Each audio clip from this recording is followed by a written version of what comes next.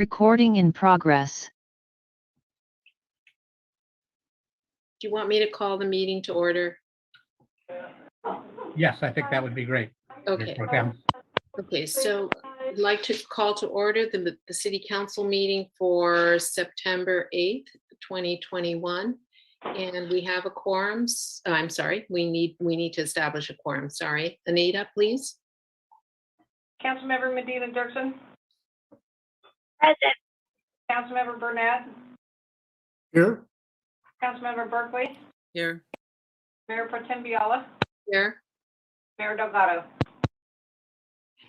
Okay, so we do have a quorum and we will adjourn temporarily and go to closed session and reconvene at 6:30. Mayor Pro Tem Biala, we do have one member of the public present, so if they have any comments first. We would need to ask Crystal to raise her hand if she wishes to speak. And that would be comments on any of the matters on the closed session.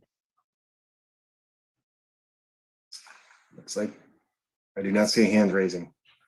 Okay, so we can close public comment and go to closed session Go now. to Closed session. See everyone there. We'll see you.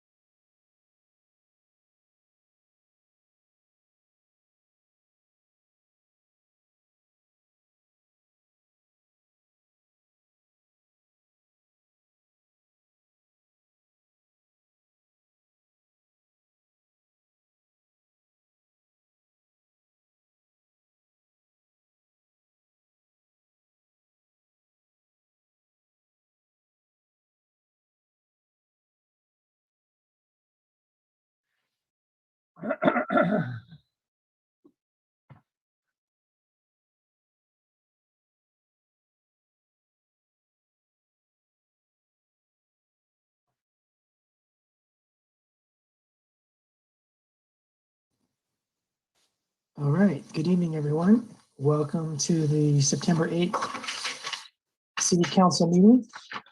We just came out of closed session.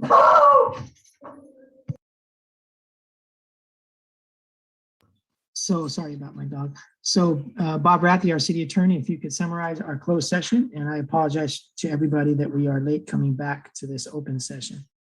Thank you, Mr. Mayor. Yes, I'll summarize the council's closed session this evening. Council met on the matters listed on the agenda as follows. One matter of real property negotiations under item 3A1 had to do with the Opportunity Phase 1A hotel site. And in that matter, council provided direction and information was received. There was no reportable action taken this evening on that item. On the two other items on closed session, 3A Romanet 2 and Romanet 3, those matters were not considered this evening in closed session. On item 3B, which was two matters of conference with legal counsel, on item 3B1, direction was given to defend the action listed on the agenda. And that direction was unanimous, and direction was given to staff to initiate a civil action. And once formally commenced, the defendant and other particulars would be disclosed upon inquiry. And council also met on item 3B2 on the agenda, existing litigation, and received information. No reportable action was taken on that item. There was no consideration this evening on item 3C, which was labor negotiations. And council did reserve and does reserve the opportunity to return to closed session later this evening, if that is the direction. Thank you, Mr. Mayor. That concludes my report. All right. We're going to move into a moment of silence in the Pledge of Allegiance. Do we have a volunteer to lead us in the Pledge of Allegiance? Bob Rathie, thank you for volunteering. Let's have a moment of silence and then Bob will lead us in the pledge. Thank you, Bob.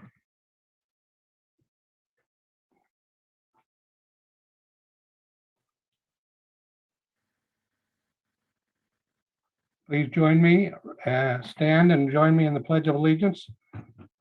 I pledge allegiance to the flag of the United States of America and to the republic for which it stands, one nation, under God, indivisible, with liberty and justice for all. All right. Thank you, Bob. We have a presentation regarding Jacob Hart Childhood Cancer Awareness. Is anyone prepared to speak to that?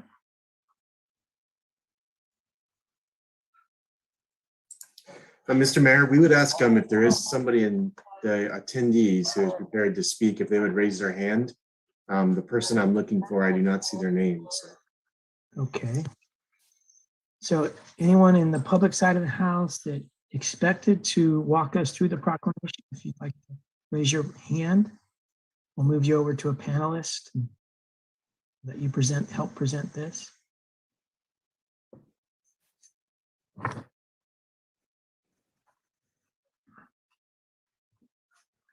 All right, I'll go ahead, since we don't have a member of the public, and walk us through this important proclamation which honors Jacob's Heart's Children's Cancer Support Services and declare the month of September as Childhood Cancer Awareness Month for our city of Marina. Because the character of our community is revealed in how we treat our most vulnerable. Each year, 1 in every 190 children in our community will be diagnosed with cancer. Cancer remains the leading cause of death by disease among children, more than asthma, diabetes, AIDS, and other diseases combined. So childhood cancer is by far our largest childhood cause of death by disease. It's important for all of our city's residents to recognize the impact of pediatric cancer on families within our community and to honor the children in our community whose lives have been cut short by cancer. Therefore, I, Mayor of the City of Marina, Bruce Delgado, and our entire City Council declare September as Childhood Cancer Awareness Month in our city. And we do honor Jacob's Heart Children's Cancer Support Services for their outstanding support to our community. And we acknowledge their contributions to this Childhood Cancer Awareness Month. I'm sorry that we don't have a private presenter from the Jacob's Heart, but we do appreciate what they've accomplished and that they are in the trenches working on childhood cancer, year round. Okay, let's move to something even more sad. And that is Fred Agater's retirement. Bob, Jelaine, you didn't approve this, did you? I did not. I got backed into a corner by people. Okay. So our staff has put together a wonderful presentation, and so we're going to turn it over to Chief Nieto first. Good evening, Mr. Mayor and the rest of the council. I got to tell you that we are very, very sad that Fred's going to be leaving us, but we all do wish that, him good health. And so without ado, let me share with you the little video that we put together for him.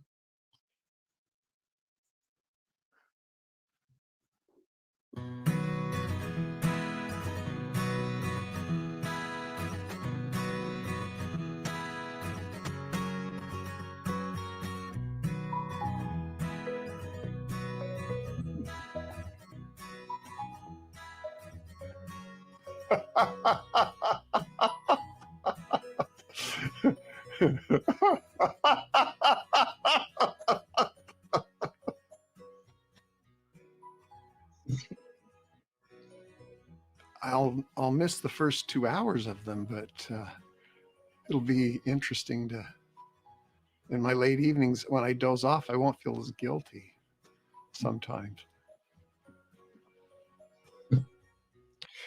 I'm going to really miss the people I work with. That has always been one of the greatest joys in the communities I've worked in.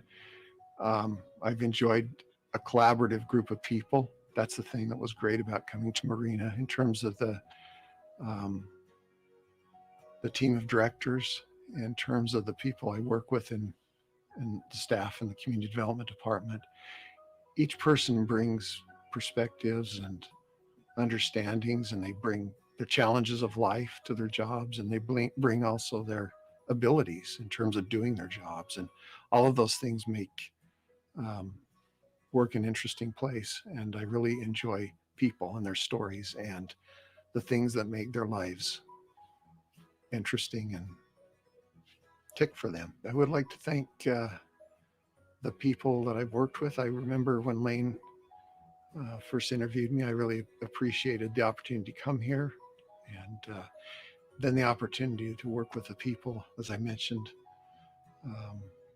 who are involved as employees. Like I said, the directors and the employees I worked daily with, as well as other people in different departments that you'd come across. Again, those people really make sure that things run in the city. I appreciated working with the Planning Commission and going to several of the tree committee and the design review committee and or design review board, and getting to know those people and their perspectives about things. And then working with council members as well has been fun. I think one of the most enjoyable things I did when we did the downtown plan was one Saturday we went out and divided into groups and looked at how the rights of way were used on both Reservation and on Del Monte Boulevard. And the thing that was so interesting was you got to listen to what people thought about how those areas function. And it was just very enjoyable to see people working together and get their thoughts about things. You learned a lot of things in terms of that experience, as well as things that you already had observed. And so it was a really positive experience for me. And I wish we could have done more of those types of things and had the people that you need to carry out those types of opportunities on a more regular basis in terms of developing planning in the community. Heading back to Utah, hope to end up in Arizona, but I'm going to take 6 months off. I'm going to buy a season ski pass and go skiing whenever I want during this winter, and it'll be a lot of fun. And hang out with family and friends and just enjoy this new phase of my life.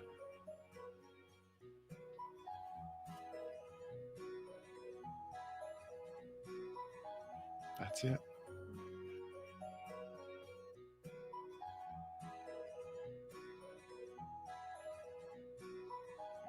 Congratulations, Fred.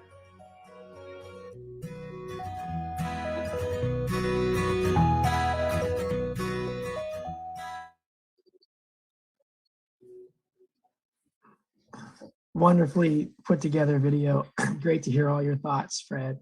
And great to have you here with us for so many years. And Lane bragged about you, I don't know, maybe 3 or 4 years before you ever got here. I thought you were just a figment of his imagination. But then you materialized. And it was great that Lane was able to coax you over to this side of the country. And we all in your well-deserved retirement. Kathy, would you like to say something? Yes, I would, because we weren't interviewed, on that slide presentation. So I want to take a couple minutes here. I'm going to say that we will miss you so, so much, Fred. And I remember your first month, coming to Marina, and I was on the planning commission then, and you bought each one of us a book called The White City, and it was about the Chicago World's Fair and how it was built and what happened. And it was built really, incredibly fast. So it really brought me a lot of hope that we were going to be moving mountains in Marina, just like that experience. But it told me, I look forward to working with you. And I haven't been disappointed. I think that you are such a gentle soul and that you always listen to people intently and you were always so respectful of everyone. And I really thank you for setting the culture for Marina's local government, and we will miss you terribly. Thank you so much for your dedication to us.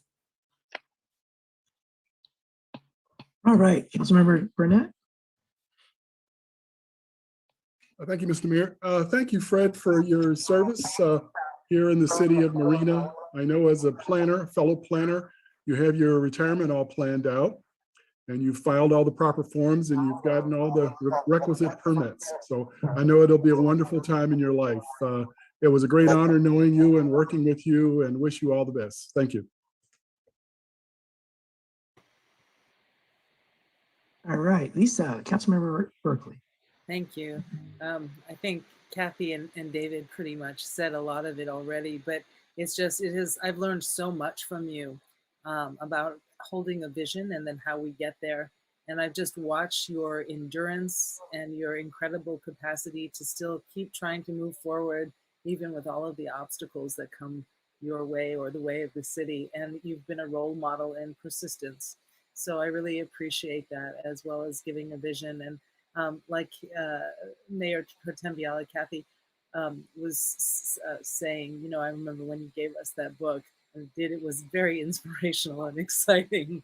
And you've definitely managed to in many ways, work on herding cats with all of the work and different personalities that you've had to work with. And so I thank you for your incredible dedication and hard work.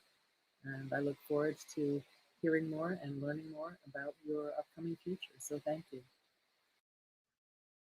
All right, Fred, I know your forte is 30-year planning. So we wish you luck on your next 30-year plan. Lane, did you have something? Yeah, if I could just say just a couple quick comments. And I've known Fred since 2000, I believe. He was working in Ogden at that point in time, and I was the manager down in a town called Springville, about 32,000 population, and we were going through an explosive period of growth and all these areas that we need to plan and master plan. And one of the things about Fred is he is a true planner. He has a vision, and there's many times when he's been here, when I was in Springville and both here in Marina, I'd just go down to his office and say, okay, yeah, how do we look at this? And he'd just sit back and instantly he'd say, okay, this is what we need to do. This is how we get from A to B. And it's amazing skill set that that you don't see very often is a real true visionary long-range planner. And I really have appreciated that in Fred for 20 plus years. As you've talked about that, he's a gentle soul, and he is. He treats everyone with respect and care. And when we're interviewing him, his main desire is always to just create better communities for people to live. And he really does that. He's a dear friend. We're losing 38 years of planning experience. The world is losing 38 years of planning experience, and he has just done a wonderful job for Marina. I went down and sat in his office this afternoon. We chatted for 15, 20 minutes. It was painful to walk away just thinking, it's probably the last time I'm going to be able to sit down with this amazing person. I'm going to stay in touch with him, but I won't be able to call him a close colleague. So thank you, Fred. It's been my honor to work with you for since 2000.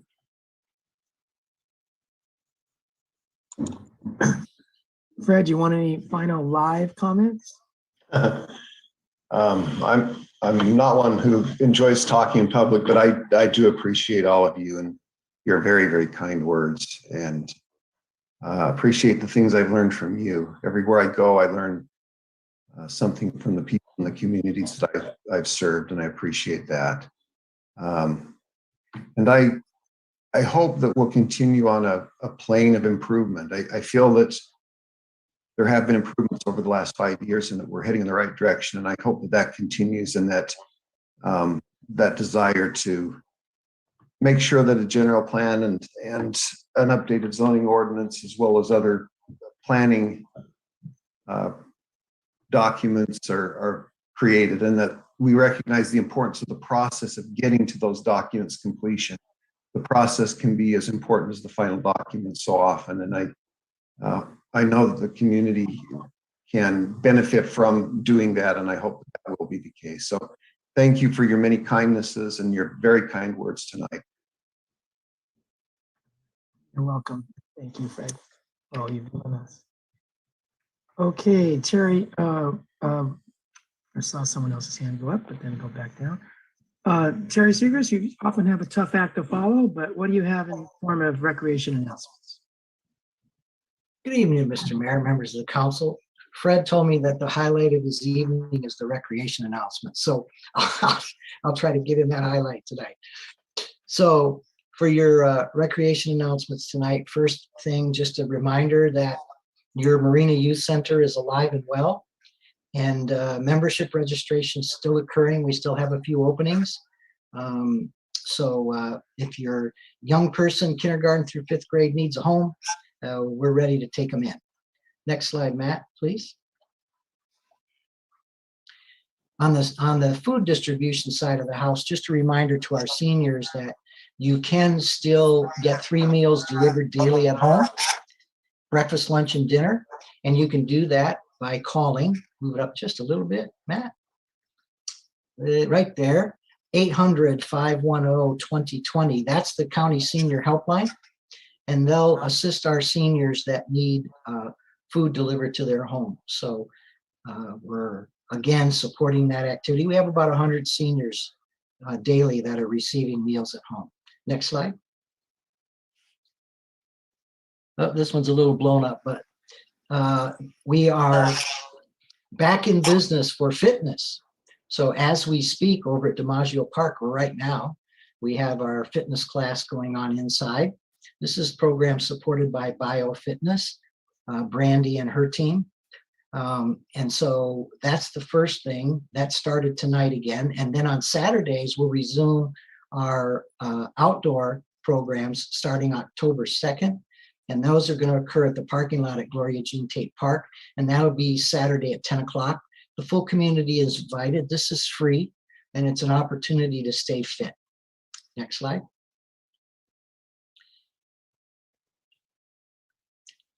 Then for our, as Matt brings it up, for our breakfast menu at the Teen Center this week, I kind of like to let everybody know, what's on the menu. So today we had French toast. No, today we had biscuits and gravy. Tuesday we had French toast. And then coming up on Thursday is quesadillas. And on Friday is pancakes. So if you're hungry, hop on over to the Teen Center for breakfast and we'll make sure you're well taken care of. 6 a.m. to 8:20 every morning for breakfast. Next slide. And then Epiphany Church, reminder, Breakfast with Friends. It's a community hot breakfast. It's served on the second and fourth Saturday of every month over there at Epiphany Church, 425 Carmel Avenue on the corner of Carmel and California. And again, that's a hot breakfast, 9 to 10:30 on the second and fourth Saturday of every month. Next slide. The Thursday weekly free meal. This is again over at Epiphany Church. Again, 425 Carmel Avenue, every Thursday between 4:30 and 5:30. It's a hot meal, open to everyone. So we encourage our residents to take advantage of that weekly free meal over at Epiphany Church. We are maintaining our virtual recreation center. It was really, really popular during COVID, even though the kids are back to school and we're back to in-person recreation. There's been a huge outcry to keep our virtual recreation program active and updated. So it is and still available. Next slide. Don't forget the riding lessons at the Marina Equestrian Center. You can get those riding lessons, the numbers there, Nicole, Lindsay, Kyle, ready to go for lessons over at the Equestrian Center. So take advantage of those as well as trail rides on a regular basis there as well. Great activity for the family. Go ahead. Going back to our virtual recreation programs, this is our weekly schedule for live virtual recreation programs. And you can see we have crafts, we have movement, we have fun and games, tech, education. These are all live activities in our virtual recreation toolbox. So take advantage of those. We will continue those throughout the fall. Again, Rise and Shine, it's Teen Center time. That's the breakfast program in the morning. We just showed you the menu. Again, the Teen Center opens at 6 in the morning so that families can drop off their children prior to school, and we're open until 8:20. Senior yoga class takes place every Wednesday outdoors up at DiMaggio Park, 10 o'clock. It's specific to seniors, and so we have a good turnout for that. We'll take as many that want to participate. We're back doing skate jams. So our next skate jam is September 18th. It's the jam format. Entry is $10. Carnage is back. They put on our skate jams for us. Helmets required. Registration at 9. The jam starts at 10 over at the Marina Skate Park. Also, Marina High School has their school resource center available for any families that need extra items, toiletries, food, school supplies. The resource center at the high school is open Monday through Friday from 8 to 1, and it's located there at the high school, and it's a good resource if you need extra things. Teen Center, alive and well. Teen Center is open every day after school, 4:30 to 6, open to grades 6 through 12. It's an excellent program, safe place for our middle school and high school kids to be after school, averaging about 200 a day right now. So come on in and join us over at the Teen Center for our youth. COVID testing. We've set up a program in collaboration with Lightspeed Testing, the school district and the city. We'll be doing drop-in testing every Thursday, 12 to 2 at the Marina Teen Center outside on the basketball courts. It's open to the public. It's open to everyone. So if you need COVID testing, just put that on your calendar that we're available every Thursday from 12 to 2 to support that effort. And then just a last comment, we had another vaccine clinic tonight over at Los Alamos, 4 to 6, well attended. We gave out another 35 to 40 shots plus rapid testing. That went very well. And then I want to thank all of our community groups for the excellent Labor Day activities, starting with Compass Church and the Touch a Truck over to On the Beach for the skate jam in the back at the Teen Center for the barbecue and the Teen Center activities by Vessels Ministries, Friends of Marina Parks with the blocks up on the play area, Nick Kite and his group for disc golf, and Nehemiah and Ocean Rock Church for the excellent movies in the park with Trolls. It was a great Labor Day, and we want to thank the community for coming out, and we want to thank all of our partners for putting that together. Mr. Mayor, those are your recreation announcements for this evening. Thank you, Terry. Wonderful lineup. Thank you for everything you're doing and all the partners you've herded together. It's wonderful. And thanks to everybody, like Terry said, over Labor Day weekend, we're doing that many programs. Let's go to Christina Medina Dirksen, Councilmember Medina Dirksen. I also wanted to applaud Terry and our community for the activities, not just of this Labor Day, which was so many things going on, but also the weekend before, the Marina Youth Soccer opening days, the car show at Crumpton, the Kiwanis Club, Valerie and her group, and of course the movie in the park this past weekend. So it was just, when we take a look at recreation, we're booming in Marina. So I really want to give my thanks to the volunteers and to the recreation staff. This coming weekend is 9/11. And Friends of the Marina Library will be having a Dad's Read. That is a father by the name of Chris Schnuty, who's a firefighter of the year and a seaside fire captain, Marina resident, will be reading, I believe it's at 10 o'clock, atop outside the library. It's COVID safe. And there may very well be some other activities related to that. And Marina Methodist Church will be having a 9/11 memorial at about 8:30, I believe.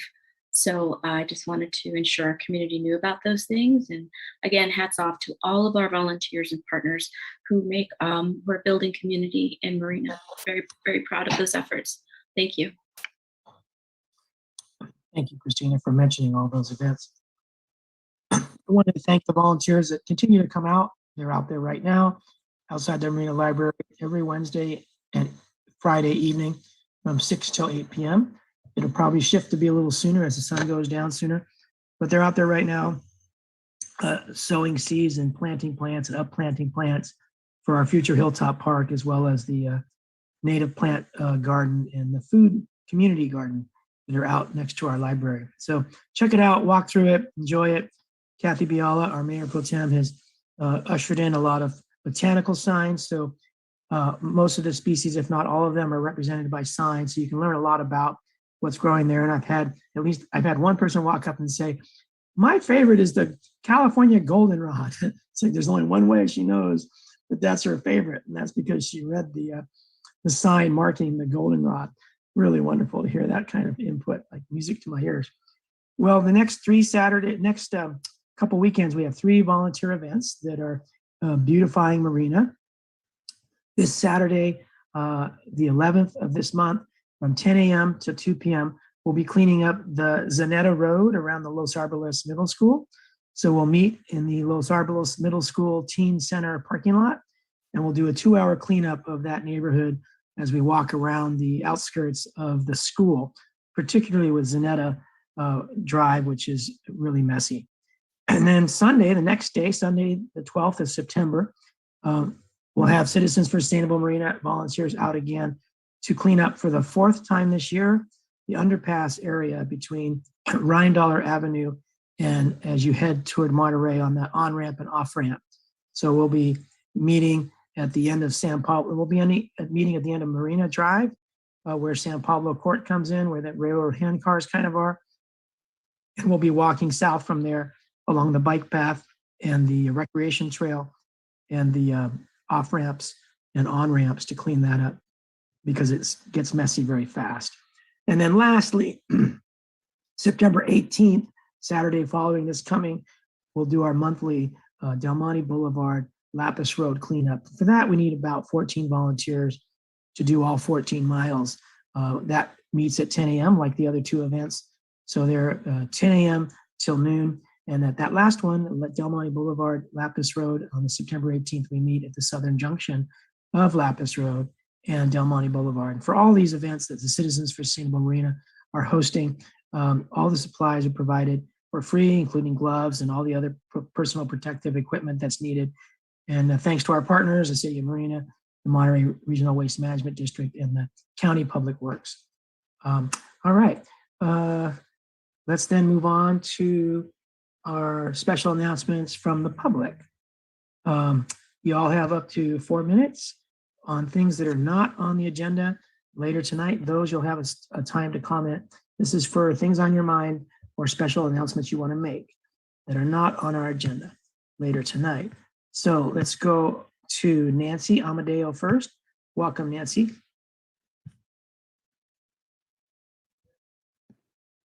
Thank you, Mr. Mayor.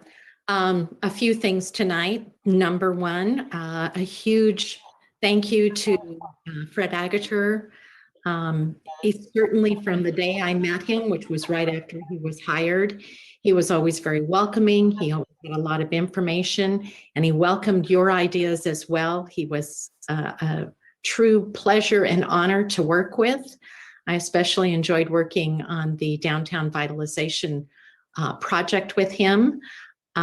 He showed the kind of creative thinking that I think you need from a planner, and he listened to that same thinking from those who were in the room, and that to me showed real leadership. Secondly, I'm very excited that there is finally a sidewalk between Denny's and the corner of Reservation and Beach Road. I no longer have to walk in the dirt or on the street, and I'm sure other people appreciate it as well. So kudos to the developer of the Hampton Inn for getting that sidewalk in now, long before the hotel will open, because it is greatly appreciated. Thirdly, you mentioned 9/11.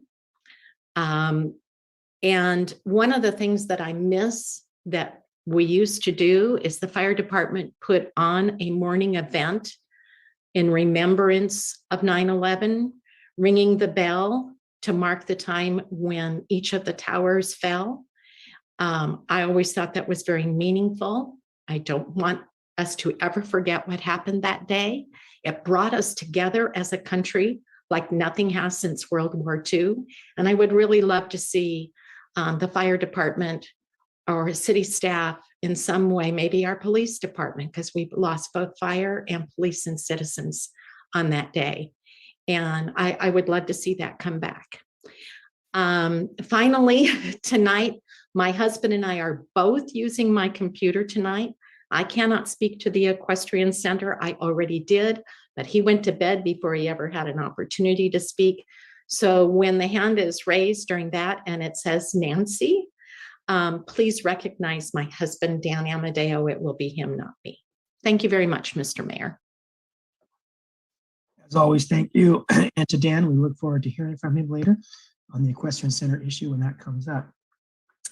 All right, let's go to Grace Silva Santella. Hello, Grace. Good evening.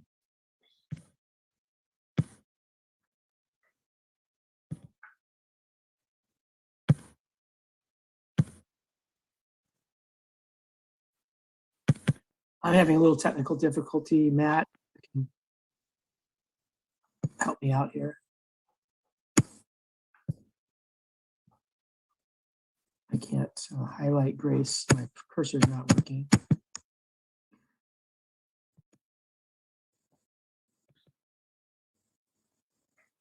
Matt, I'm going to sign off and come back on. If you can highlight Grace and let her speak. I'm not able to at this time.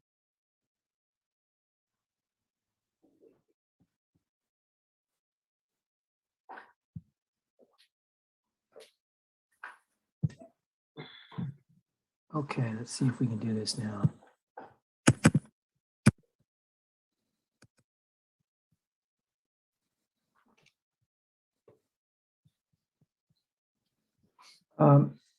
Can you all hear me?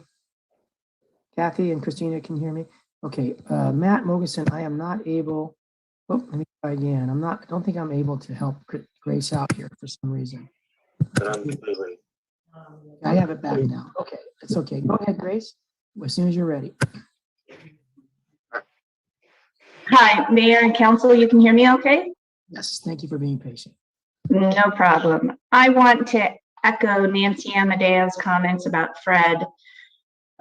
First, Fred, congratulations. I envy you, but when someone says they envy you, it really doesn't honor what you have to look forward to, and that is the return to the mountains and the rivers and your family. I want to say that I've been fortunate in my number of years that I have lived here in Marina and my involvement in this town to have met a number of people that I would say at times have been my adversaries and at times have been my friends. And what Fred said this evening about the process, that it's not just what we come to the end and our final accomplishment, but it's the process. And in 2000, I met our mayor when he was an adversary as I served on the dais for our 2000-year general plan. And I would say that though he and I disagree on many occasions, in our hearts and our souls, we would consider each other friends. In 2000, Jeff Dack was our planning director at the time, and I feel very fortunate that I had the opportunity to work under him. It was a few years ago that I received an email from somebody I had no idea who they were. I had actually left city politics for a little while, and it was Fred reaching out to me because my name had been given to him to serve in the downtown committee. And I will honestly say that I feel not just fortunate that an activity, a vision that I had started many years ago with Candy Myers Owen, who's no longer with us, but that years forward, I am reached out to by a community development director, Fred Agater, to participate in that committee. And it was a challenge, a pleasure. I feel very fortunate that Fred is somebody I had the opportunity to work with. And Fred, I will tell you that I will miss the optimism that you have felt for our city, because on many, many occasions I do not feel that. And at times when I would talk with you, you would lift my spirits a bit. I will miss your patience. I will miss your explanations, and I will miss your laughter that is often touched with your own frustration. So thank you very much, Fred, for what you have given of yourself to this community. And we will be thinking of you as we move forward with our general plan update and as we move forward with our Cypress Knolls master plan, and with what I hope someday will be some vast improvements to Central Marina's downtown. Thank you very much for what you gave to this community. Thank you, Grace. I don't see any other, but let's go to Margaret Davis. Hello, Margaret. Welcome. Good evening. The mayor advised the public to look at his campaign contributions if they want to know who gave him money. I did so. Mayor Delgado accepted contributions of $5,000 apiece from Pat Grant and Randy Goodchild, two prominent members and horse boarders at the Marine Equestrian Center. This constituted almost half his total campaign donations in 2018. The public has every right to be concerned about potential conflict of interest and bias, especially given the mayor's extraordinarily aggressive advocacy of private boarding. I request that the city attorney look into this ethical question and examine the question of whether the mayor should recuse himself. Thank you. Not for years.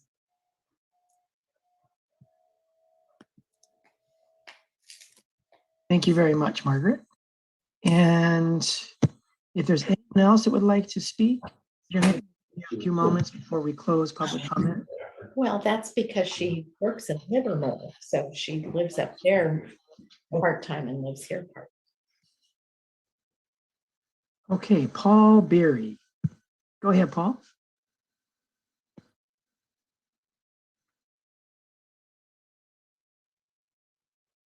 Looks like you're. But I can't hear you. Go ahead. Hello, can you guys hear me? I Yes. want to just say thank you to Terry Segrist for bringing up the free community horseback riding lesson that the MEA puts on at the Marina Equestrian Center each month. Our most recent event, this was past Sunday, and we had over 50 attendees. We had children, teenagers, and adults, all with various levels of experience with horses show up for this event. This is a completely free program. We have members volunteer their time and horses to make sure that everyone who wants to ride a horse has the opportunity. We look forward to continuing the program moving forward and want to encourage anyone who may be interested to come out to the Equestrian Center. Okay, that's it. You don't sound like a Paul. Do you want to tell us your name, or you don't have to? Oh, I'm sorry. It's his wife. It's Lindsay. Okay. Thank you, Lindsay. Bye. All right. Let's go to anyone else that might have any comment at this time before we close public comments. Heidi McGurran. Hello, Heidi. Go ahead.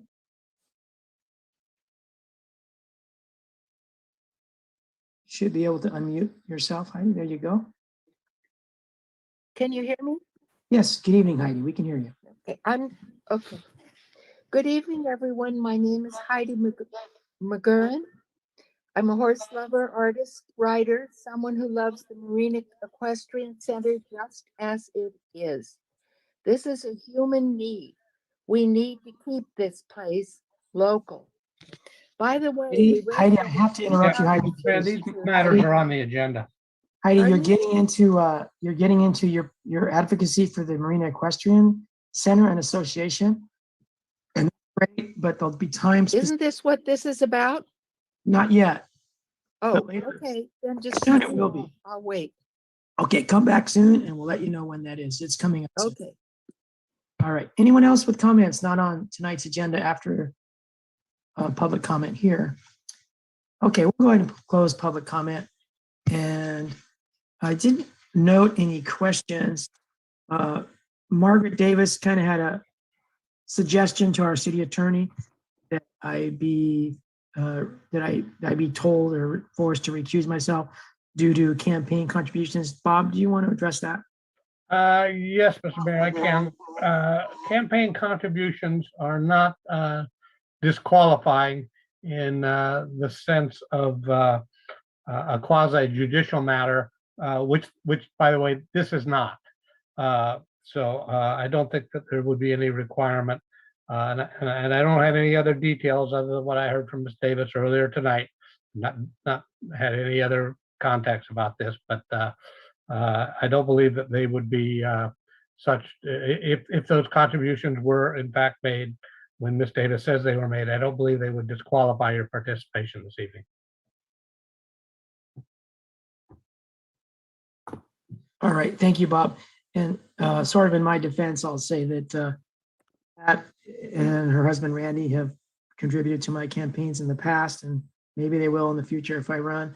But we disagree on some issues, we agree on other issues. And on this matter that was raised by Margaret Davis, I've been told that by Pat that she's not striking out for any one proponent that we're going to hear about later tonight. She just wants the private boarding to continue. And to me, I'm not going to die on my sword on that issue, but wherever we fall on issues between Pat and I and her husband or anybody else that donates or doesn't donate to my campaign, it's not, I don't make my decisions based on who gives money and who doesn't. All right, let's go then to, where are we with this? We're done with public comment. We're responding to public questions. Did I note any, Jaleesa or David, did you note any questions that I did not answer? No, I just wanted to make a separate comment. It's not, I don't think it's time for separate comments, except that now that we're done with public comment, you're right. It is time for all council members. No, we already had those comments too, didn't we? I mentioned the, Then I mentioned, guess I missed it. Okay. yeah. You and the vice mayor mentioned, and then you went to public comment. Oh, so I went backwards. This, I gave council members the chance to comment and I went to the public. So Bob, is it okay if we give council members a chance to comment if they didn't comment earlier? Should be able to. Bob, you're, Yes, if that's the council's pleasure to proceed, that would be appropriate. okay. All right, I'm not sure who was first, Lisa or David, but go ahead, Lisa, you have the floor. Just wanted to say to any Jewish people out there, Chag Sameach, Gmar Chatima Tova, and Chag Sameach. And it basically is Happy New Year, happy upcoming next days of awe, and may it be a good, well-written year for the upcoming year. Happy New Year. Thank you. All right, thank you, Lisa. Let's go to Councilmember Burnett.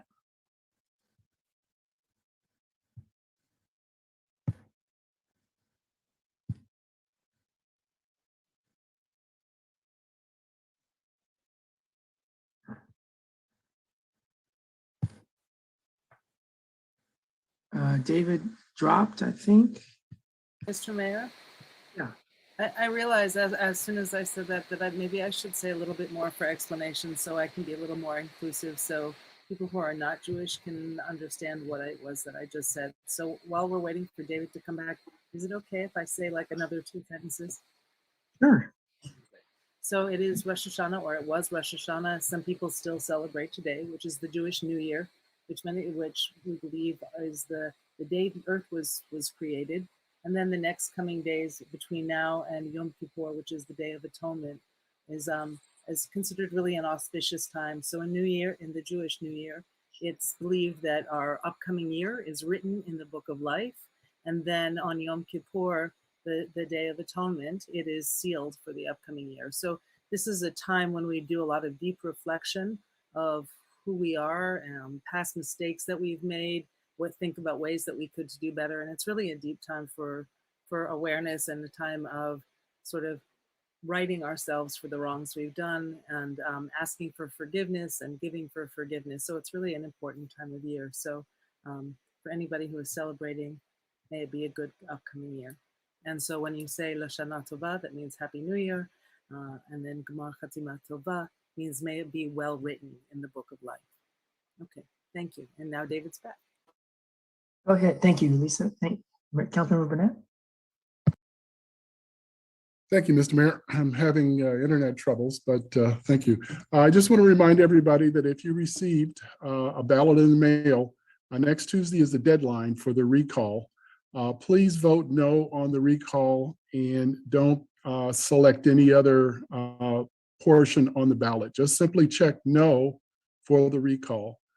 This is a Republican-sponsored effort to remove our governor has done a fantastic job in the state of California. So I just want to encourage everybody to please return your ballot. I think it's too late to mail it, so please take it to a drop box or take it to the election center so that your vote will be counted. Thank you.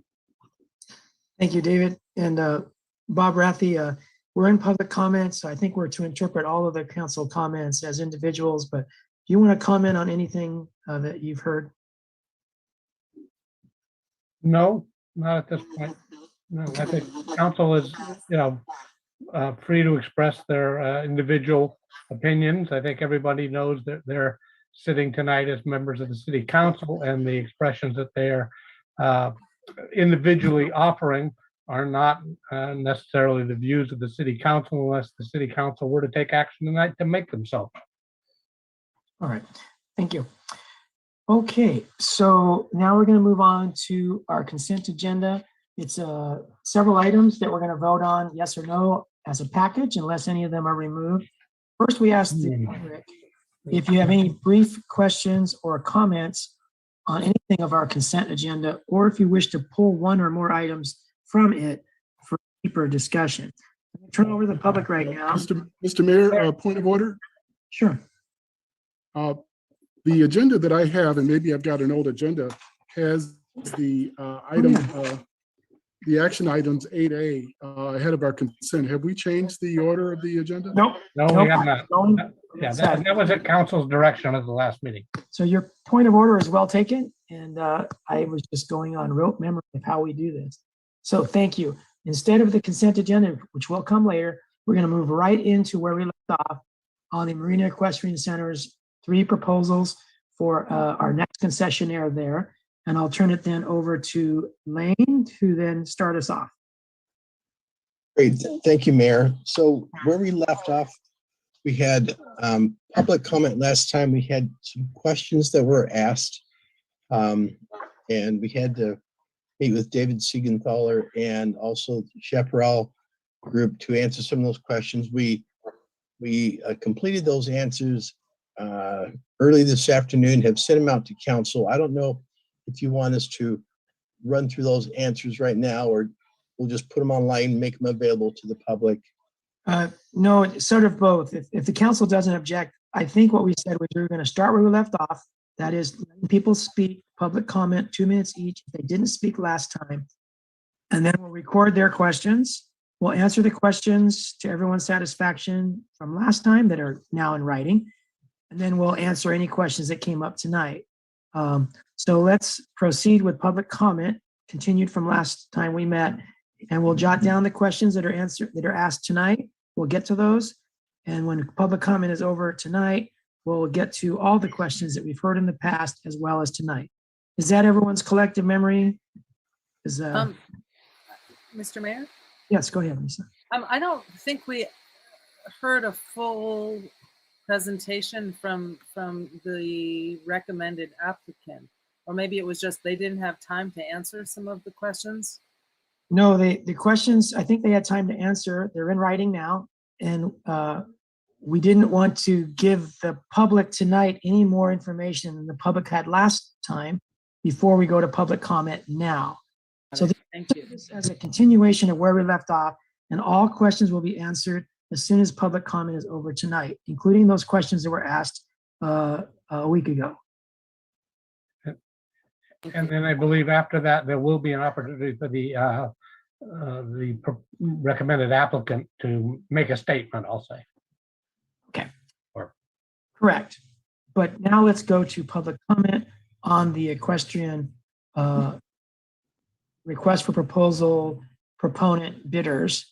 So sorry that I'm garbling my language there a little bit, but I think you all get it.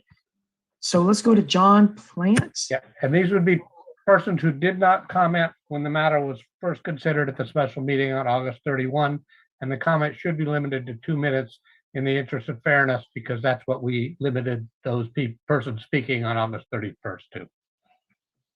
Okay, thank you. So John Plant, you have the floor. Good evening, Mayor and council members. My name is John Plant. Thank you for the opportunity to speak tonight. In June of last year, the Navy moved myself, my wife, and my 7-year-old daughter from the East Coast to Monterey County. We conducted this move at the onset of the first big wave of COVID, as large-scale riots were happening in major cities along our route. And shortly after arriving, we quickly realized we had traded hurricanes for California wildfires, as the river fire came within about 5 miles of our house where we were just settling in. This was the first move for my wife and daughter, and both were doing their best to keep positive attitudes. As my daughter struggled with the challenges associated with COVID and virtual school, I could see the bright, energetic little girl that we love so much sinking into a daily pattern of sadness, anger, and confusion. It broke my heart to see the daily crying. We tried everything in our power to pull her out of it. Why am I telling you all this? Well, because MEA was our remedy. Our daughter has ridden horses since she was 3. My wife tried in vain to find places for her to ride, reaching out to Pebble Beach, Riding Academy, Cypress Stables, Hidden Hills, and either found prices that were far above what was affordable, or they were full with no openings. Until she discovered MEA. MEA allowed us to provide stability to our daughter with one of the activities that brings her true happiness. She often struggles with confidence in herself, and riding is a positive tool that we leverage to help her strengthen that aspect of her personality. Without MEA being open and affordable to the public and their amazing instructors, our daughter wouldn't have had this critical outlet for her mental and physical well-being. While I won't speak directly for them, I know there are other members of the local military community who have also leveraged this facility for the same reason. If Chaparral were to take over, my daughter and many other community children would no longer be able to take lessons, private or group. I base this on information gathered from their other sites. From what I can see, they do not offer private lessons for children under 10. And additionally, their costs are significantly higher than any other horse camps in our local area. Shifting to Chaparral would signal to the local community that City Council is more concerned with tourists and a transient customer base than providing a meaningful and beneficial equine experience for the residents of the local community. Thank you.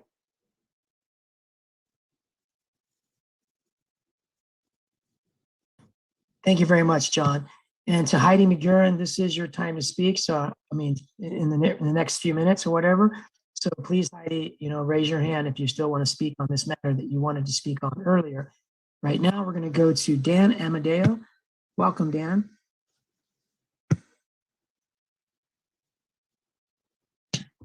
Okay. Are you there? Yes, good evening, Dan. Good evening, sir. You know, I've watched this Equestrian Center thing go on for years and years and years and years. And I don't know if the basic question is very simple. You have proposals before the council. But the bottom line is whatever the council's preference is and whatever the people's preferences may be, the simple question is to the National Park Service. I'm assuming they've seen these proposals. So the basic question is, do any of these proposals meet the requirements of the National Park Service? Because the basic bottom line is the council can have any preference it wants to have, but it has to be approved by the National Park Service. So is there a position from the National Park Service on any or all of these proposals? Are they consistent with the requirement? Because if they're not, then you can start over and go out and get more proposals.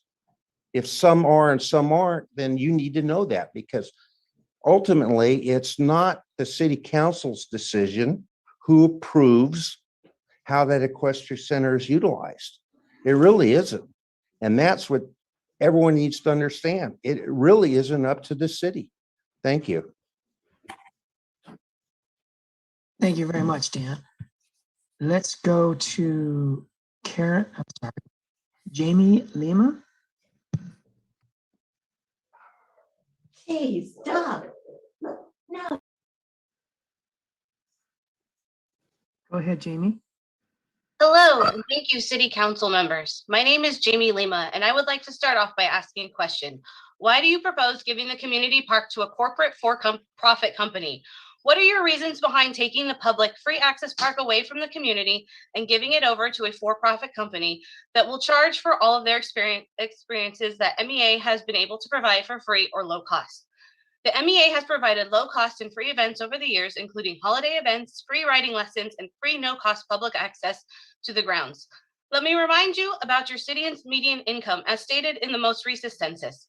Marina's median family income is a little over $64,000, which is almost $7,000 less than the average for all of Monterey County. How would a for-profit company help your hardworking community provide more public access than the people they are trying to support are priced out of using the park completely? Where will the lower income, hardworking families of Marina go for outdoor adventures? Are you suggesting that they be forced to travel outside of your own city and provide revenues in other neighboring cities? Is this what you are looking for? Secondly, I would like to point out that I was the SPCA for Monterey's representative that was managing the MEC during the evacuations of the fires and the debris flow. The MEA was under no contractual agreement or obligation to open up their doors to the displaced animals during these times. It was out of the kindness of their hearts and their willingness to help others that created the welcoming atmosphere for so many during those difficult times. The regional community benefit that was only made possible by their can-do attitude. The boarders of the MEA, including volunteers from the public, worked together and put their own needs aside for the benefit of the community. I witnessed firsthand Marina families helping unbox animals and unload them into enclosures put up by MEA members, and I watched MEA boarders gave up their horses' stalls and turnouts to allow an evacuee to have a safe place to stay for their evacuated animals. This is why I am urging the council to vote no on staff's recommendations tonight.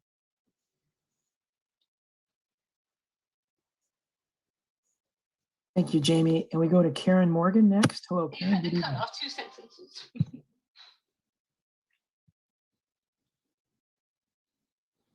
Go ahead, Karen.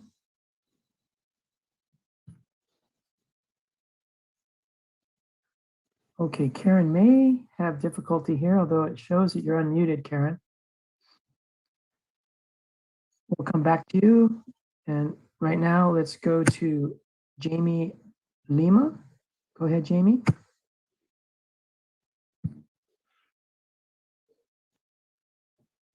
Jamie just spoke, Mayor. Yeah, Jamie Lima just spoke. Jamie Minglina. Go ahead, Jamie Minglina.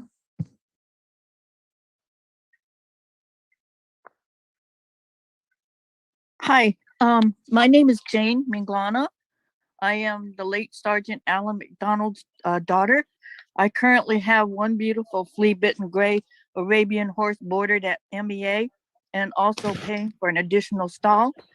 These 2 stalls I keep in memory of my dad who died 2016 and the horses we had kept there. He built these 2 stalls back in 1968 and had struggled over the years when the military closed Fort Ord Base to keep his 2 stalls and the stables. He and a few other officers reopened and made available to people who were low-income military families to board and care for horses they might already own or want to have. 94, the stables went public. Some of the retired military families stayed. We fought back then to keep the stables open until new ownership. To this day, we are still fighting. My father was a true cavalry man and kept and cared for horses throughout his days during World War II and through his career as a military soldier. We have had horses at MEA for 53 years. I made a promise to my dad I would keep fighting for these 2 stalls and the stables to stay open and available to people who aren't rich but love horses and are willing to care for and train their own. I would like to ask all of you to please help Mayor Delgado keep his promise to my father to keep MEA where it is and available to people to board their horses there. Please rethink any decision you might have about Chaparral taking over. Our horses will all be homeless victims of that decision. Thank you.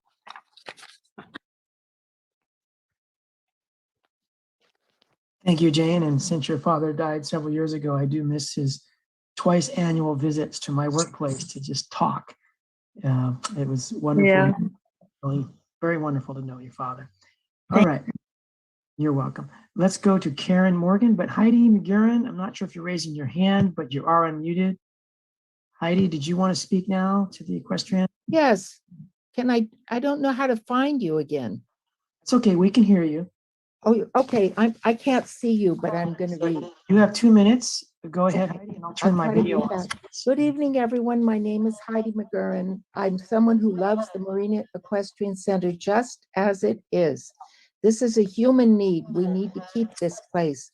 Wake up and bring your children and loved ones for a picnic or special event. Learn about horses, all kinds of horses, older ones, younger ones, adored by so many people. The world is suffering now. A pandemic is huge around us, and you are the ones everyone is pleading to wake up and feel something besides all the other agendas you're involved in. This is a human need. The Marina Equestrian Center is a place that supports everyone who cares. It offers reasonable rents for people who cannot afford to keep their beloved horses at the high-priced stables, with boarding opportunities often far away. Horses need full-time care, and people need to be easily accessible to them. No complaints from the veterinarians or the farriers or the many who come here. I feel deep sadness with all the disruption in so many horses' lives and owners who care and love them so much. By the way, do you care, reading the pleadings from so many people? When fires raged all around us at the end of last year, everyone flew literally into action, creating safe places to home over 500 animals. Jamie Lima came from the SPCA. So important in coordinating the entire evacuation effort. Many horse trailers left in the dark night to go straight into the fires and bring these horses back. Marina seems to be sprawling with the same genericness that creates a different mood. Who will do this the next time the Marina City Council decides to close us down? All the abandoned buildings and sadness that goes with them are being slowly approached by bulldozers. The Marina Equestrian Center is a special place where friendships, learning, healing. Sorry, Heidi, I have to ask you to stop because your 2 minutes are over and we want to be fair. Okay, it has an old soul and Thank it's you. love. Thank you very much. And have a good evening. Hope to hear from you soon. Thank All right, let's go to Karen Morgan. You're welcome. Go ahead, Karen.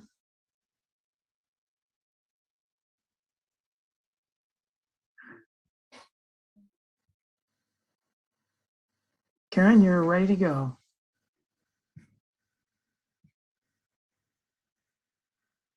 Okay, Karen may be having issues. If so, we're going to go to Stephen next. Come back, give Karen another try. Go ahead, Stephen. Thank you.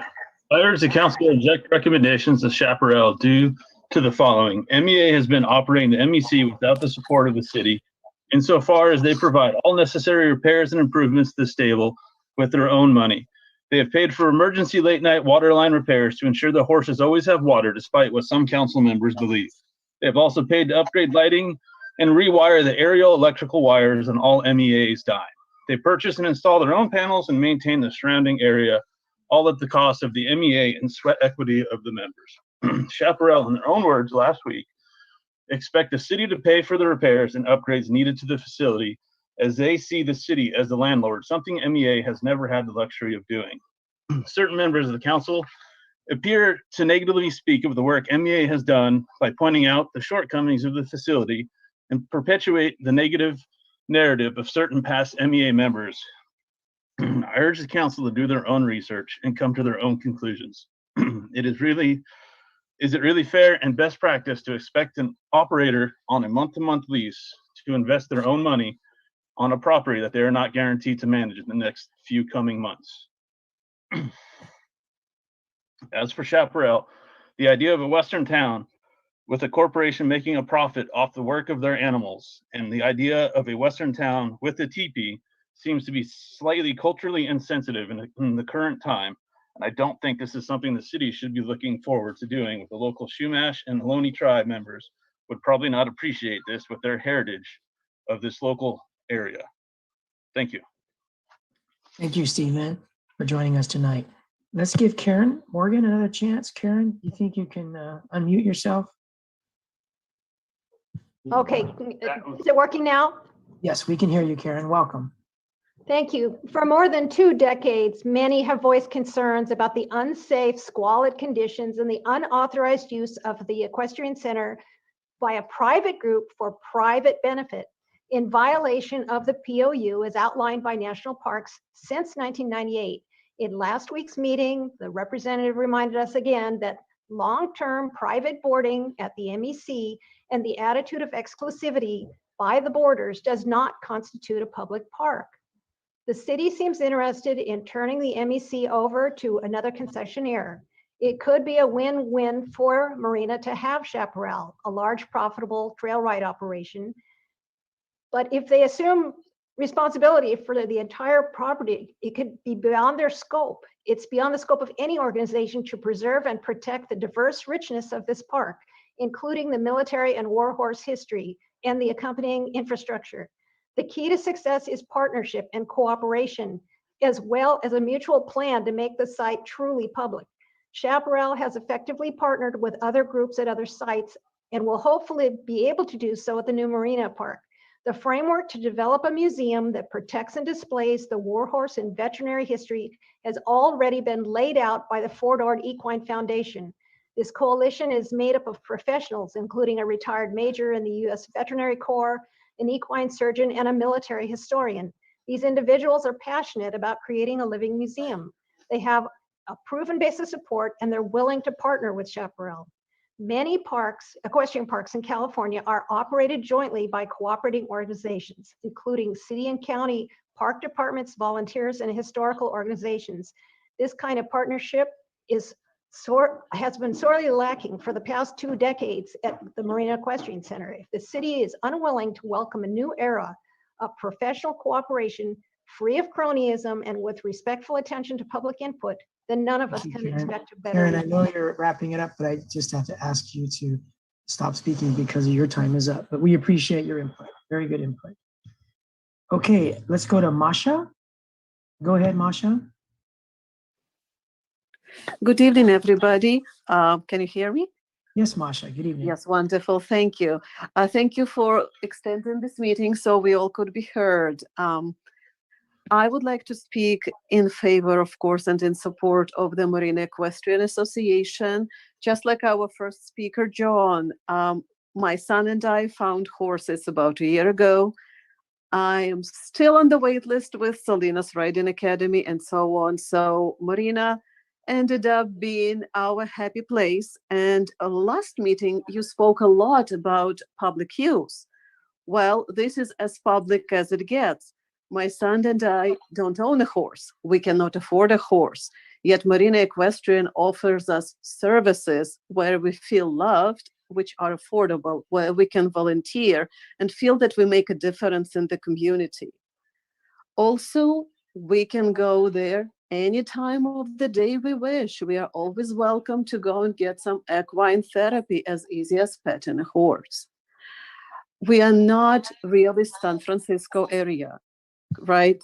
We are not Golden State Park. We have our own great trail riding programs, not limited to Seaside. We have some in Pebble. I'm sure we have something on the beach. Used to be one in Big Sur. But the point of this group, the Monterey Equestrian Association, is actually to bring public together and to keep the Monterey Peninsula the way it is. Marina is a small town based, living on personal relationships. Bringing in big city will completely change the dynamics. And of course, it will make it completely unaffordable if you looked at the fees. Thank you so much for your kind consideration. Let's keep the Marina Equestrian Association going. They're doing really great work, keeping people happy, keeping people participating, involved in the very community. Thank you. Thank you very much, Masha. I had to cut you off just a little bit there, sorry. Let's go to Randy Goodchild. Hello, Randy, and good evening. Good evening, Mr. Mayor, City Council. Last week, one of our council members alleged that MEA in 2012 was the subject of a grand jury investigation. In fact, subject to that investigation was the Marina City Council, not the MEA, who was only involved due to their participation in an ad hoc committee established by the City Council, which the grand jury felt had run too long. So let me set the record straight. MEA was not in 2012, nor have they ever been subject to the grand jury investigation. City staff, in direct opposition to the will and desires of the public, has sought to evict Marina Equestrian Association by means of a biased, tainted backdoor RFP process. Their last attempt about a year ago, under the cover of the Stockade Demolition Project, was quashed by the City Council after over 5,000 members of the public rose up and joined a petition to stop the eviction of the horses. This time, absurdly, meaning that a boarding of horses in excess of 4 months does not constitute a fulfillment of public recreational requirements. Instead, they intend to issue a 25-year concessionaire agreement along with $835,000 of taxpayer money to a for-profit corporation headquartered in Woodside, where the median income is $250,000 a year and houses typically cost over $4.2 million. Oh, and I might mention that the base rent for this corporation is set at $700 a month less than MEA is currently paying, and the first 6 months are absolutely free. By contrast, MEA has operated that park for 21 years with a handful of volunteers governed by an elected board, all of whom received not 1 single cent of compensation. Earlier, I alluded to a bias-tinted RFP process. Here are just a few examples. Sorry, Randy, I have to ask you to end because your time is up. But thank you for your good input. We have Jeffrey Markham next. Hello, Jeffrey. Thank you. Thank you for the opportunity to address the council, mayor, and staff. I reviewed the large packet, which was both fascinating and illuminating. I have a question and a comment. First, it seems to me that the original 1994 letter from the city asking for special consideration for the Fort Ord Equestrian Kennel and Veterinary programs to be included in the proposal. It was clear that they included boarding for military and local Marina families. And I noted regarding long-term boarding objections from the MPS that both Point Reyes and the Golden Gate recreational area received special consideration from the Department of the Interior based on their historical circumstances. And it would seem to me that the Marina Equestrian Center, due to its rich history, should also warrant special consideration. And my question is it possible for the city of Marina, working with our U.S. Representative Jimmy Panetta, similar to the special status of Point Reyes and Golden Gate Recreation for the Department of the Interior to consider the Marina Equestrian Center in a similar manner? So that's my question. And my comment is I would prefer that the city council and city weigh our local equestrian community with the equal weighting to the operational and financial weightings that the management partners did in their weighting. The Bay Area company is competent in writing and educational, but I think our Central Coast equestrian community deserves a higher weighting for their long-term history of maintaining the park and their work here. And thank you very much. Thank you very much, Jeffrey. And we'll get to your question as soon as public comment is over and we answer the other questions along with yours. Let's go to Paula Pillow. Good evening, Paula.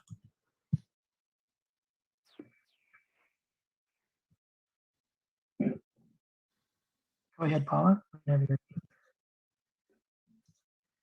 you hear me? Yes, good evening. Oh, good. Thank you. Thank you, Bruce.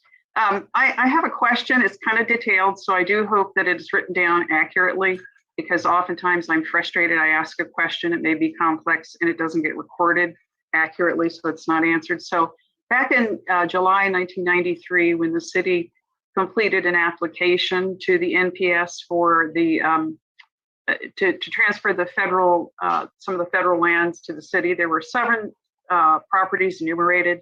Some of them include the land that the Water City roller hockey sits on. And in 1994, about 6 months later, we added the equestrian center to the application, and there was a subsequent quitclaim that was I think it was recorded in 1998. But in that quitclaim and in those agreements, were all of those properties transferred as one under the federal lands to parks, or was it just for the equestrian center parcel that was requested to be added in May in 1994? And the reason why I asked that question is because if we were to put the equestrian center at risk by adopting or trying to adopt an agreement or a concessionaire that's not in conformance with the requirements of the deed, would that then put the other properties at risk as reverting as well?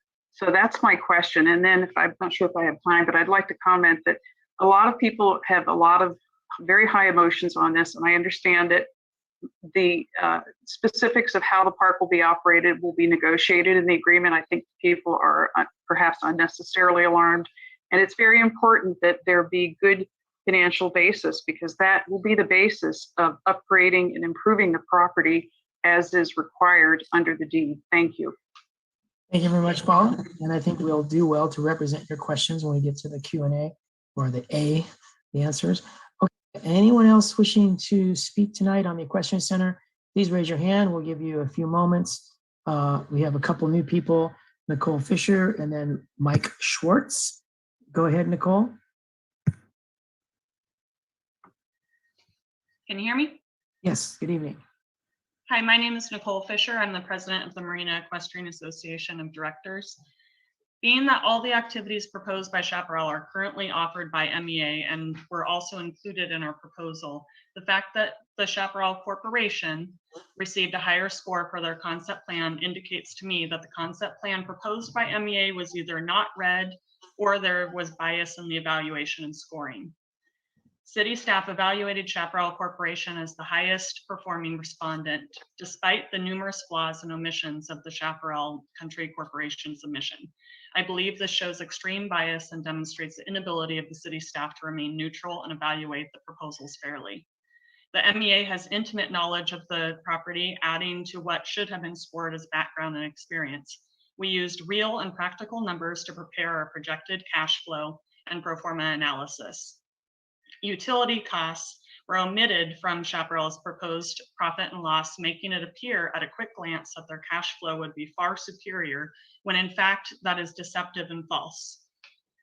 The Chaparral Corporation has listed their hours of operation as being from 9 a.m. to 4 p.m.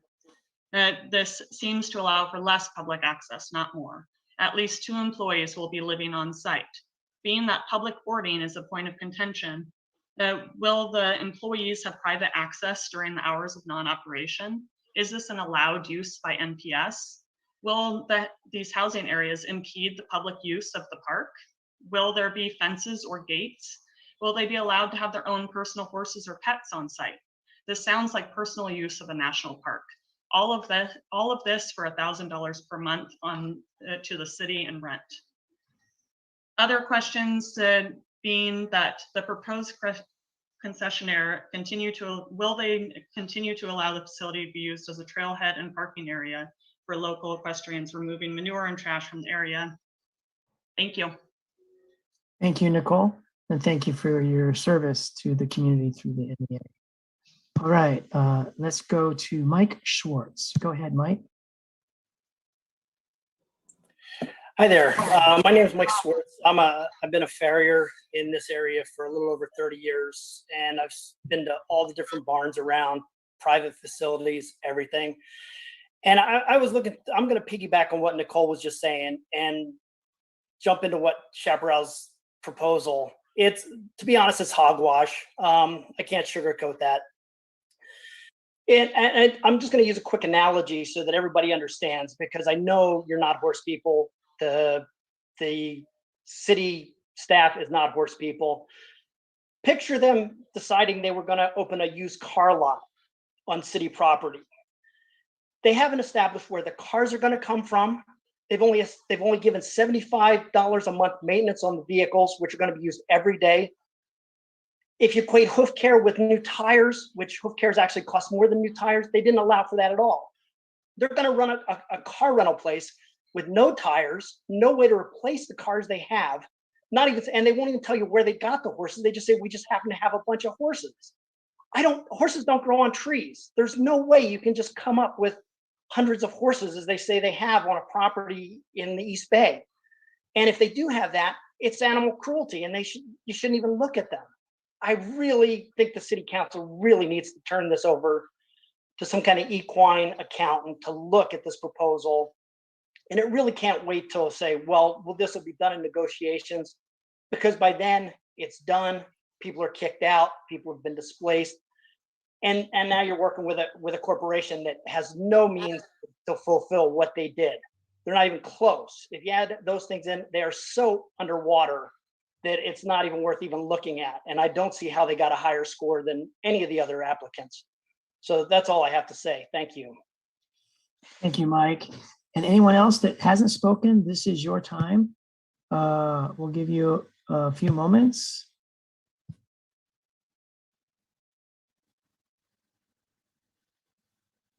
Okay. I saw someone come and go, but Jake, let's go with you next. Go ahead, Jake. And I'm sorry, but we can't have this kind of thing happening on our doorstep. Hello? Yes, Jake, we can hear you. Hi, good evening. I just have a few things to say. My parents rather, moved here a few years ago. My mother bought a horse and was fortunately able to bring it into the Marina Equestrian Center. Probably one of the greatest things that's really ever happened to our family. It's significantly helped my mother out with stress and my father as well in that respect. But what I really loved about the equestrian center is that it was so inclusive. There were children walking around, checking out the horses and just with their families. And I could just see the excitement. It just brought so much joy to me. And I know to my mother as well to explain like what her horse could do and, its breed or what have you. And I just can't imagine that going away with the Marina Equestrian Center, with this community. It's just so unfortunate that this is even a topic of discussion. I mean, I've lived in San Francisco for years, and just being able to be part of the Marina Equestrian Center, I just can't believe that you guys would just be so apt to get rid of it like that. Anyway, I just want to say that this park does so much for the community, and it just really needs to stay with the administration that's in place, and it has been in place for the past 20 years. Thank you. Thank you very much, Jake. Let's go to Crisella Flores. Hello, Crisella. Go ahead when you're ready.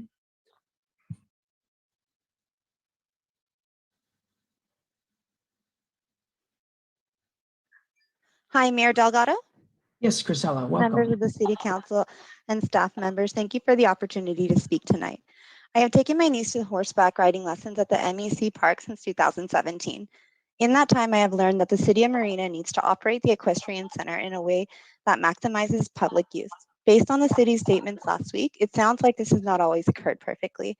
I understand that the current priority of the city is ensuring compliance with the requirements established by the National Park Service moving forward.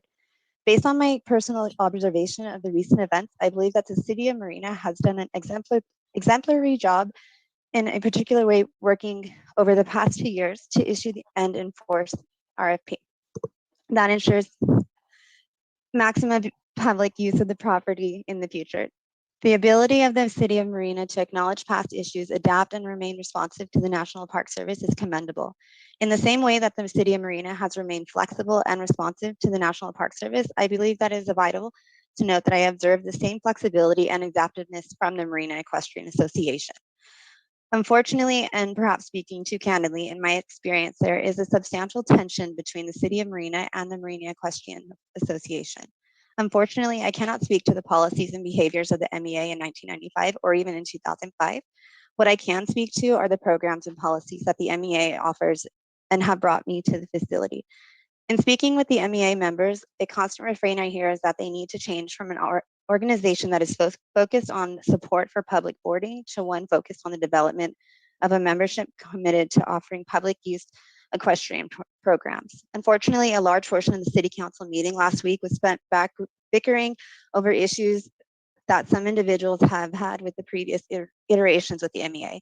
It seems that the focus is on the past failings of the MEA without the recognition that those failings are necessarily coupled with the past failings of the city itself. In contrast, evaluation of other Chrisella, proposals. I'm sorry to interrupt you, Chrisella, but your 2 minutes has finished.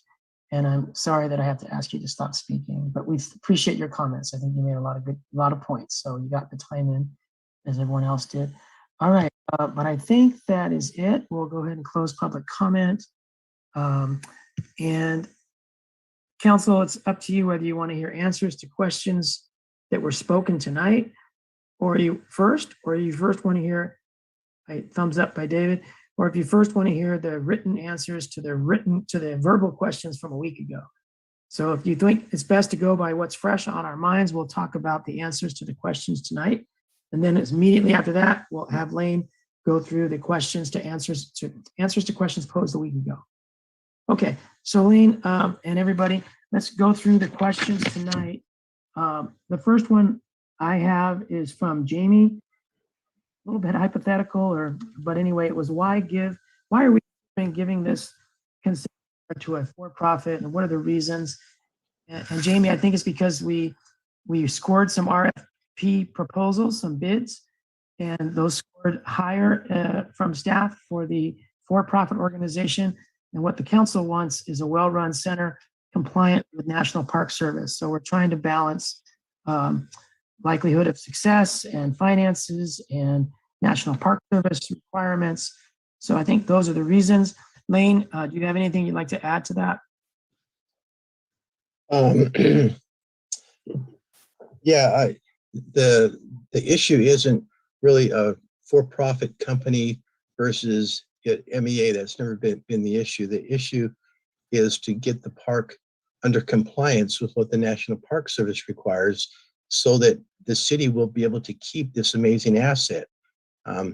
If we don't get it into compliance, and we have David Siegenthaler here, and he can, and I would suggest that we just have him talk and really speak to this, because I think there's a huge misunderstanding out there in the public that this is a desire just to turn it over to a corporate interest, and that's not the issue at all. The issue is to get it into compliance so that we don't lose this amazing park and asset that we have. All right. David Siegenthaler, would you like to speak at this point on the topic? Yeah, thank you. Yeah, and I've heard a lot of heartfelt testimony tonight, and I'm sympathetic with all of that, and sort of celebrate along with a lot of people the relationship with horses and the therapeutic value of that, and so forth. But this land was given to the city of Marina, free of charge, for the sake of it being a public park. And that means that it's not, no part of it can be dedicated to private uses. And private boarding is not a public recreational use of a public park. So I think the first criteria for selection of whoever obtains the concession contract here is that they are at the Marina Equestrian Center to run it as a public park, to do provide the services that the city decides need to be provided to the public for public recreational purposes.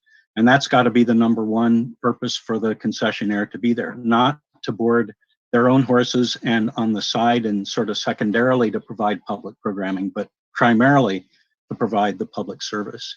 So private boarding is not allowed. I mean, it's basically a difference between a private use and what's dedicated to sort of individual exclusive use versus public park use, and that's available to the general public. That doesn't require memberships. That doesn't require anything else. That people from the general public can use it. And I understand that some of what the Marina Equestrian Association have provided have been services to the general public, but the concessionaire needs to be there for the primary purpose of serving the general public. That's the basic requirement of a public park, that it serve the public purpose, the general public, that it is not a place where any kind of private sort of domain or claim for a long duration stay on is part of the equation. There are ways to define, and I think the way that we did get into a lot of discussion at the last meeting about, so what is the difference between long-term boarding and short-term boarding? And I don't think that's the real question is, what kind of services are needed to serve the public recreation need? And so any kind of, if boarding is to be allowed at the equestrian center, then it needs to be justified and based upon providing a public recreation need. And so it needs to be widely available to the public and not established a long-term sort of estate on the property. I think I can answer one of the other questions that came up. If maybe now's a good time to do it, because I can do it kind of quickly. The equestrian center is a separate deed from the sports center deed, and so those are two separate deeds. The equestrian center was done independently. And so David, on that question, just to make sure we answer it. So you kind of started to answer it. So if would the other 7 properties be at risk if the MEC defaulted? No, it's a separate deed and a separate issue. Okay. Paul was very particular. She wanted to make sure we answered that specifically. So I think you've done that they're completely separate. What happens at the MEC has no relevance to what happens at the other 7 properties. Is that correct? That's right. Yeah. Okay. All right. Did you have any other input at this time, David? I just wanted to mention that the Park Service, we haven't done evaluation of all of the 3 responses to the request for proposals. We did look at the request for proposals and thought that it was very reasonably done to provide public recreation opportunities at that park and to make it a public park, open it up more to public recreation. But we haven't evaluated the proposals. What we will need to look at and what we will need to approve is any proposed concession agreement. So that's where it's sort of the rubber hits the road, I guess, as far as we're concerned in terms of our approvals. Is we need to review the concession agreement to see what the city is requiring with the concessionaire and whether the concessionaire can meet those requirements. Okay. All right, David, while we have you, I think there was a question that you're best suited for. Maybe our staff wants to answer it instead of you. Let me ask the question and you decide if you or staff wants to answer. Jeffrey asked, is it possible for Congressperson Panetta and the Department of the Interior to reconsider Marina Equestrian Center for private boarding? as they have done in language of other quitclaim deeds for other equestrian facilities up in the Bay Area? No, it's not. The whole purpose of the program is for public park. There's no provision in no authority given in the Federal Property and Administrative Services Act or in the regulations that allow us to grant any property to be dedicated for private use. Okay, thank you, Mr. Siegenthaler. Okay, the next question I have. Go ahead. I'm sorry, if I can add just a little bit more to that, because we really have tried to explore that, and like the point raised in the Golden Gate property, and David has responded to those earlier to people that have asked, is those are different types of deeds and agreements, and this lands to park transfer is a very different and specific action of Congress, and so where there is flexibility to make some things different, this one is not. And if David can explain from the big picture what this lands to park deed is about, who created it, and why, when you say there's no ability to change it, what it would entail to do that, and really the whole purpose of these land to park transfers. Okay, and I think David spoke about that last time.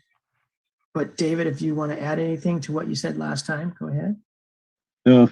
If I can remember what I said last time, I'm not sure. But that's okay.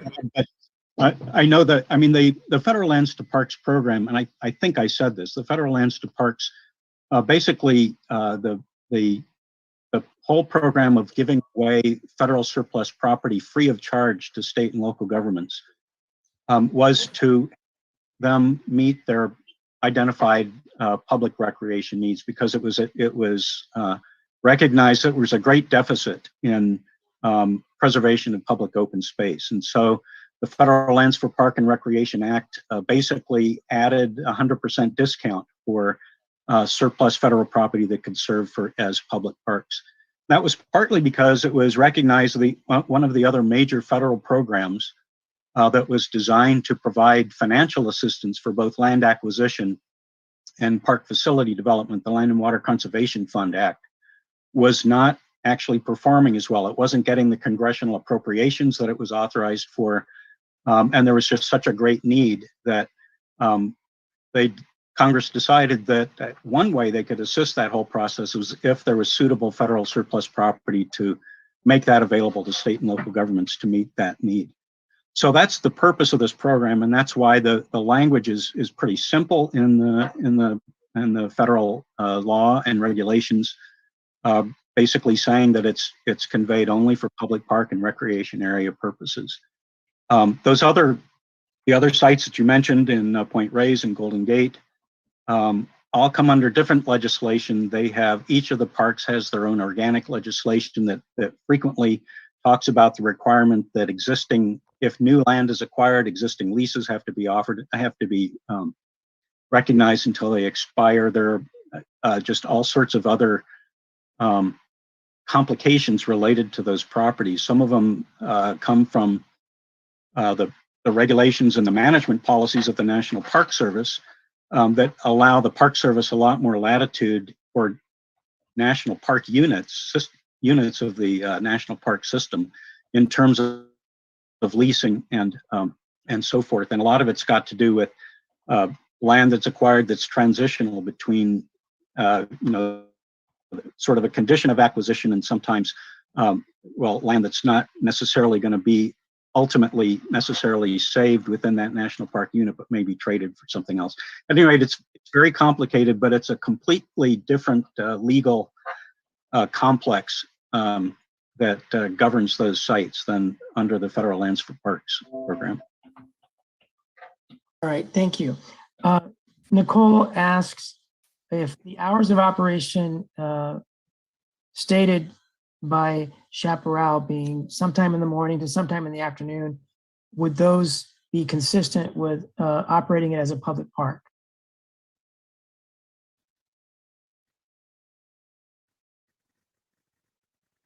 And Lane, I don't know if you or someone else wants to take that. My assumption is, and Brian McMinn can jump in.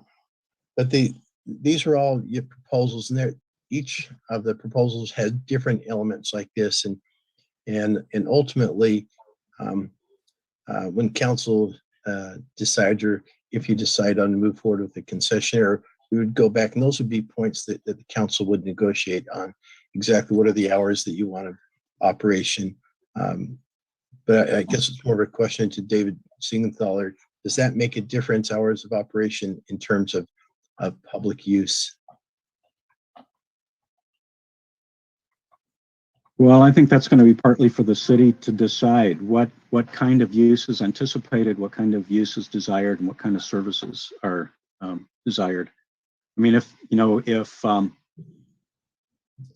lot of people are mainly available to take part in some of those recreational opportunities later in the day, yeah, I may want to look at requiring longer period of operation, but I don't know. I think that depends a lot on the details of what you're defining is needed and expected of the concessionaire. Okay, and similar questions, so you can answer them in as a group. Does private access to employees, private pets on site, perimeter fences and gates, are those ideas that are consistent with a public park sentiments?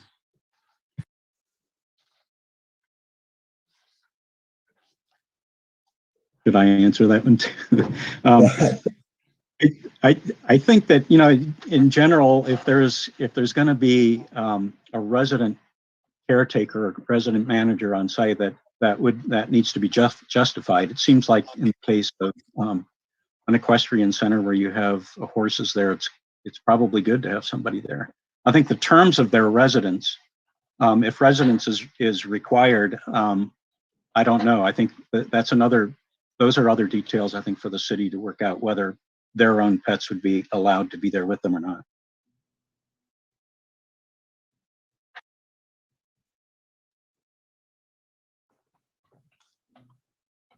You're muted, Bruce. Well, I was speaking very articulately. I'm sorry, it was to myself. But those are all the questions that I had. Did anyone else note any that I missed? Take those now from tonight's public comments. Okay, if There was a not, couple. I go had ahead. another one. There's a question about would Chaparral, are they expected to repair and upgrade?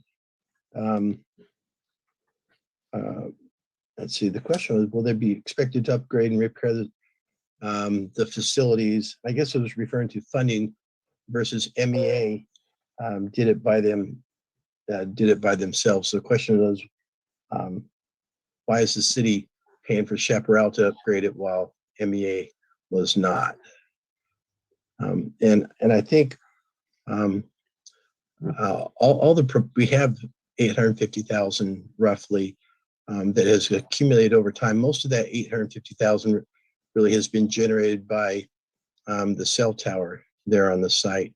And I think all of the proposals were wanting to use some of that money to upgrade and repair and improve the facilities. Those decisions ultimately will be made by the council in negotiation of the concessionaire agreement. The existing operating agreement that's in place that was not approved by the National Park Service. Under that operating agreement, MEA was required to make those repairs, and so that's why they were being done, and why the city wasn't doing it, because that was part of that operating agreement. I think that addresses that question. Lane, when you're done with tonight's questions, if you see any others I missed, let's go to Councilmember Berkeley. Did you see something I missed that you want to answer? Well, I think this may be further information on what Lane was saying, but isn't it correct that the city paid for a number of building stabilizations in advance of turning it over, or while under the MEA's care, and that ultimately they were to be held responsible for maintenance on that? Yes, the city, we put on those 5, 6 buildings, we put on new roofs, painted, got those buildings stabilized and improved. And that those were, Terry or Brian, part of those funds I think were from grant, or part of the funds come from the from our NPS fund. Yes, sir. Some of those funds came from the MPS fund. I don't totally recall. Brian, do you totally recall how that was? No, this predates me. You know, I don't know if it came at the same time that the roof on the pool and the sports center, but those were grant funded, I know. I would suspect there must have been some sort of grant funding involved there. So I feel like somewhere I read that the city invested something like $350,000 into the property for the stabilization. So I believe that is probably correct. Yeah, I think I agree. Yes, I agree. Yeah. All right. So just for point of clarification, that while we may not have been 100% like on it, we certainly put a lot of money into it, and that it was up to the MEA to continue to maintain it. So that was one thing.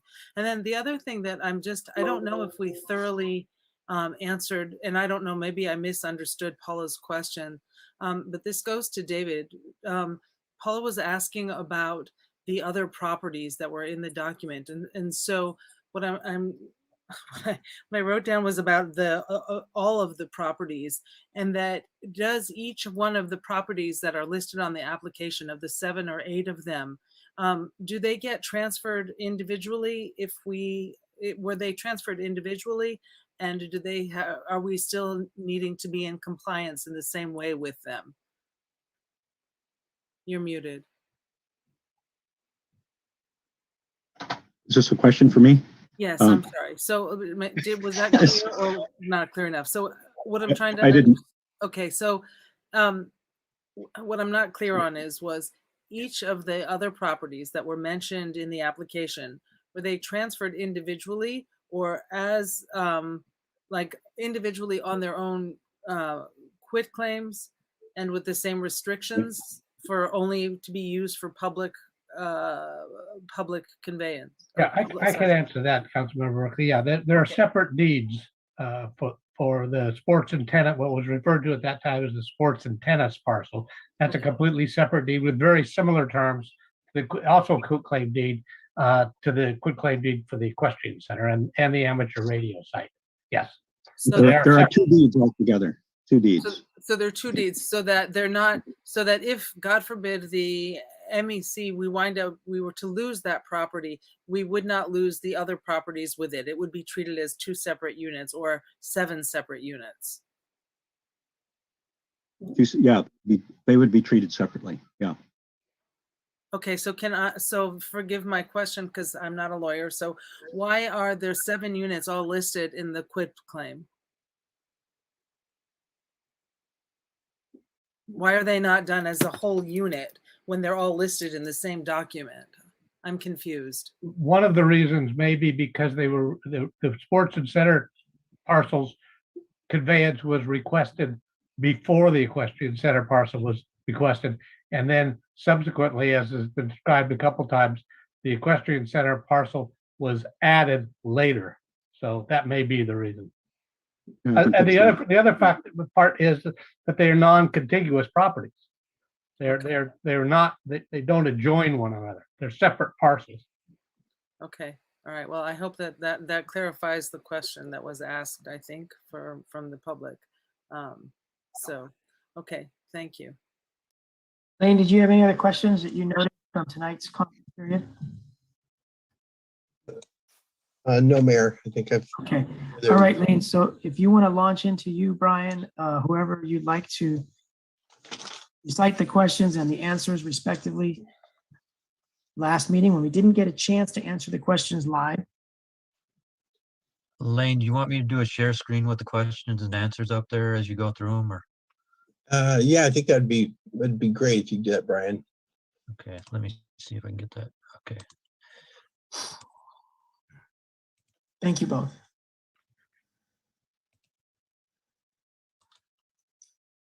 Okay, can you see the questions there?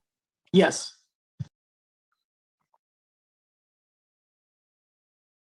Okay, so first question is the concessionaire agreement exempt from CEQA? And the answer is yes. It's continued same use of an equestrian center, equestrian park. The current arena at the equestrian center is maintained and the public is allowed to use it. Will Chaparral continue to allow the public to use? Yes, the public will have access to the arena outside programmed hours, provided that a waiver is signed. Why aren't Chaparral's financial statements in the GAAP format as they are city financial statements, Chaparral provided 2 years of reviewed financial statements in the form of income tax statements. They also submitted a credit report for the corporation. Both are forms of financial statements allowed by the RFP. Does Chaparral have a plan for allowing use of the equestrian center for evacuation of animals? Will this continue to be an evacuation site? Chaparral will have their own evacuation plan and will support the region in evacuations if needed.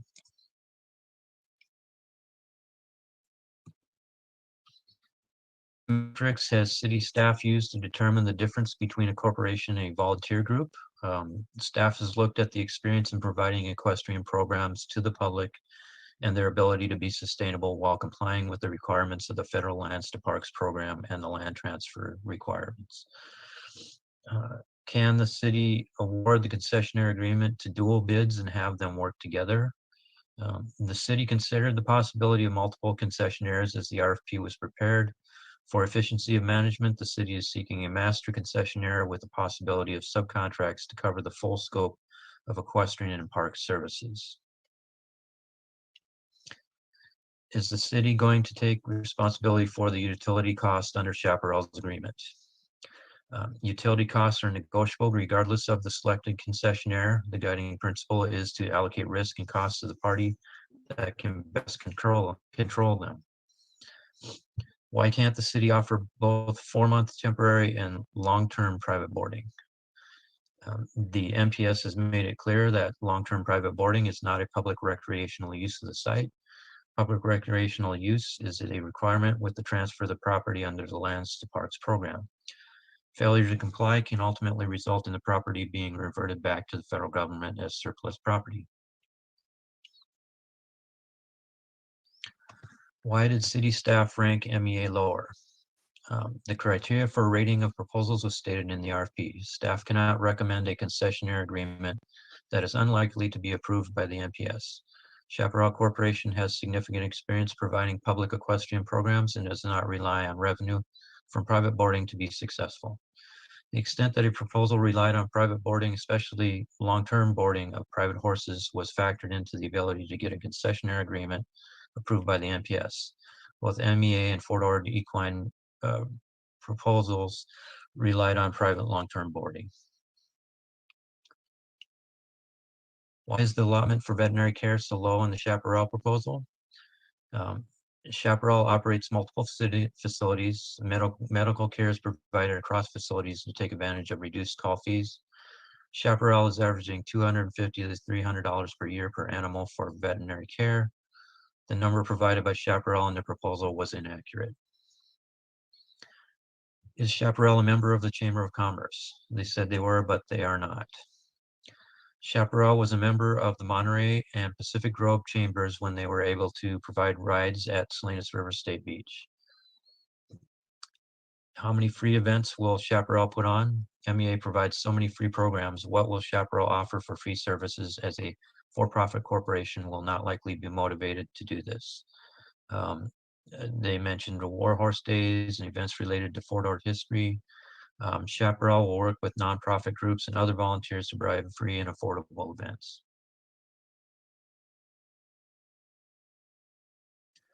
Was Chaparral hand-selected by city staff? All 3 proposals, including Chaparral, were evaluated, rated, and ranked individually by city staff according to the criteria stated in the RFP. Staff alone performed the selection and made the recommendation to City Council. How much money will be put back into the property? Chaparral Corporation has proposed revenue share and rent to the city of over $350,000 over 15 years. Per the requirements of the Lands to Parks program, Those funds will be reinvested into city managed properties under the program. Why didn't city staff select multiple proposals? The city considered the possibility of multiple concessionaires. The RFP was prepared. For efficiency of management, the city is seeking a master concessionaire with the possibility of subcontracts to cover the full scope of equestrian and park services. How is it possible to exclude MEA when their cash flow analysis and pro forma is spot on to the RFP and Chaparral is totally incomplete? The extent that a proposal relied on private boarding, especially long-term private boarding of private horses, was factored into the ability to get a concessionaire agreement approved by the MPS.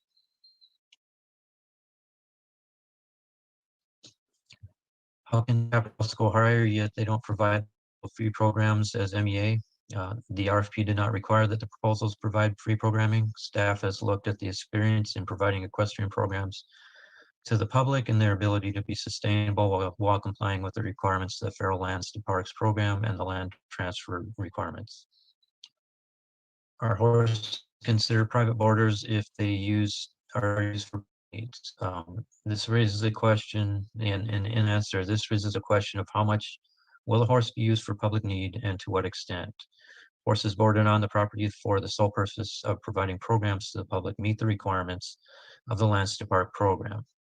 Private horses boarded and providing service only part of the time will require initial and constant scrutiny to ensure that they are there to serve a public use and not one that establishes a long-term right of exclusive occupancy. Are the scores from city staff or from the outside consultants? Staff alone performed the selection and made the recommendations to City Council.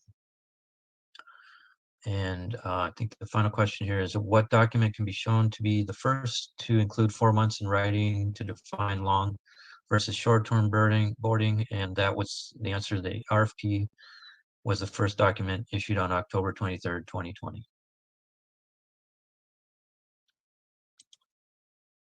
And those were answers that staff prepared after consulting with staff among ourselves and as well as talking with David Siegenthaler of the National Park Service and Chaparral Corporation. Okay, thank you, Brian. I know we have Susan Pinnell. I don't see Shane, but before we go to Susan and Chaparral, I wanted to make sure that we have everyone moved over to panelist who wishes to join Susan in giving a 10-minute presentation now for anything that you want to say that hasn't been said. Susan, are you the sole representative tonight for Chaparral, or should we move someone else over to panelists with you? No, Sean and I are both here. Okay. All right. Well, if you want to turn on your video, that would be great. You don't have to. Sure. But at this time, we'd like to hear from you a presentation of information that you thought would be relevant tonight to share with us. Well, first of all, we'd like to say that we want to work with the community, that we're not here to not provide services. We do want to work with other groups, nonprofit groups, people who run the museum, the handicap program. We do not intend to do all the parts of this ourselves. We designed the contract to be more of a master tenant program. The scope of services, we thought we would be able to work with other recreation needs. And I think some of those were the bike rentals and stuff like that. So is that right? Yeah, we put in there the bike and Segway rentals, which obviously we're not perfected at. So, you know, our main thing is the horses. We do want to reach out to all these different programs. And I have reached out to a couple people in the past. We had no idea when this was all going to start, so we couldn't do too much forward progress on that. But that's our intention, is to go in that direction. We don't want to be the enemy of the community down there. We want to bring services to your community, and we kind of viewed this as you were trying to save your park. And we're trying to be part of saving that park and part of the community still using that park for recreation services. And we'll try to expand those services like we do into the other areas. One of the things that came up there was with horse use. We gave our hours of use for the horse programs. Typically, parks are open from dusk to dawn. So we work in all of our parks the same way. So, but we have set hours for the horses and how much they work. We're not sure how many horses we will need on site. We're just going to bring as many horses as are needed on site because there's going to be a lot of construction and other things going on there. We want to make sure that everybody in the public understands we are trying to help you keep your park open to the public, increase public access, activity, programs, affordable programs.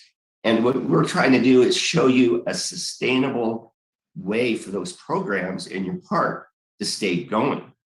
We're going to bring equipment. We're going to work with the city to put everything together in a very smart fashion of usability. And we really want to see the future of it together with you. That's why we really like the long-term contract. We like the ideas that you wanted for the park and not just, just the horses for the park, but there'd be a lot of other activities going on in the park. So we want to make sure that you understand we're coming in there to help and include our resources to do that. And we have a lot of resources to do that. We really look forward to working with you. So yeah, one of the things that we try to do is we want to keep horses in the communities. I understand about the boarding, but we also want to make sure that people have access to these animals and people will be able to walk around there. It's an open area for everyone to enjoy and to come and see what we do and to learn. And there'll be a lot of educational programs. A lot of those are free. And again, we really want to work with the community and everyone there. We're not coming in to try to ruin anything here for anybody. We're trying to help. Yeah. I don't have too much more to say. I don't have too much more to say either, other than, we've been doing this for a long time. And, we have a lot of people that enjoy and come to our places and say how relaxed they are. And they just want to come and be around the horses and enjoy what goes on there and watch and be a special part of that. And so I completely understand the feelings that are going on. And again, we're not trying to destroy anything. We just wanted to come in and help you guys keep your park and keep it open to the public. Thank you. Thank you. Thank you, Shane. And thank you, Susan, for joining us again tonight and your comments just now. Okay, so at this time, I think we're going to open it up to council discussion. No time limit. We'll try to be fair to all 5 of us and to the public so we don't keep them too late tonight. Anybody with comments, question on city council? It's at this time wide open, but let's start with Lane, our city manager. Go ahead, Lane. Mayor, I think we'd wanted a break. Would this be a good time to take a little break for 10 minutes? Let's meet back here at 9 o'clock. I think that's about a 7-minute break. Almost I have 8:51. So it's a 9-minute break. So let's meet back here at 9 o'clock. And David Burnett, we'll start with you when we get back. Looks like you're the one with your hand up right now.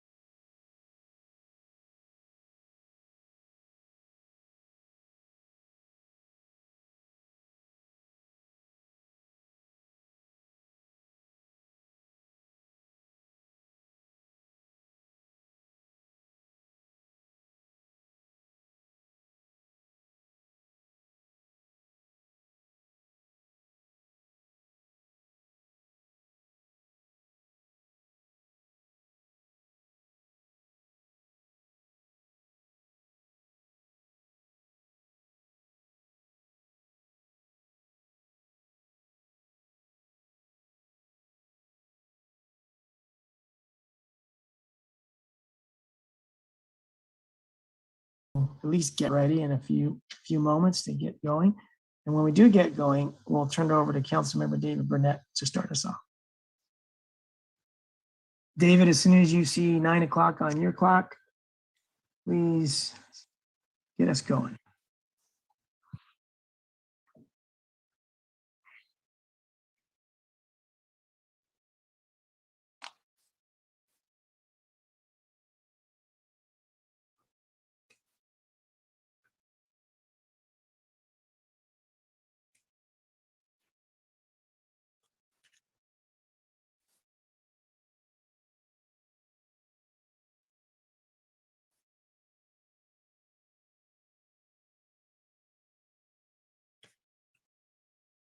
Well, I have 9 o'clock, so, and I just had a couple of brief comments.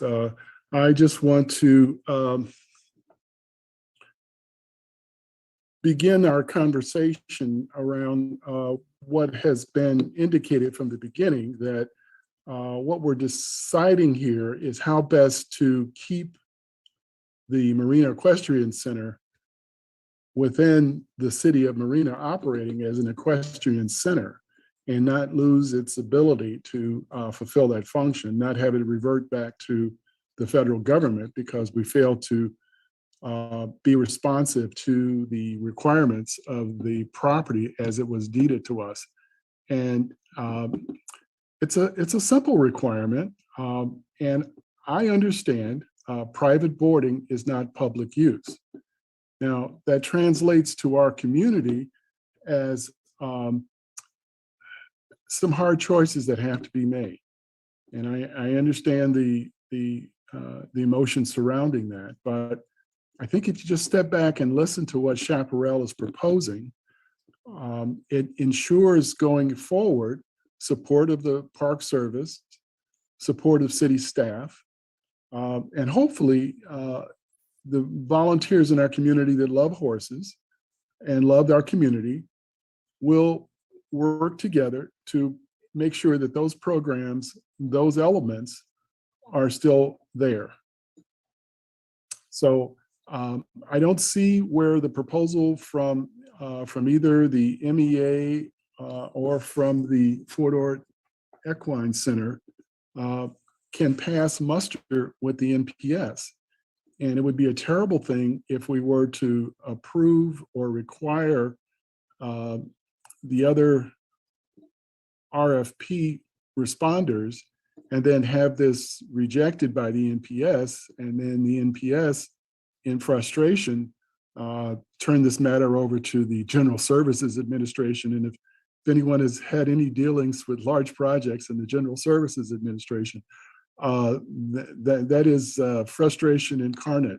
So I think I don't want to say our hands are tied, because we can craft the concession agreement to meet all of the requirements. The Chaparral Corporation appear to be decent folks. They appear to be interested in our community. They say they want to keep horses in our community.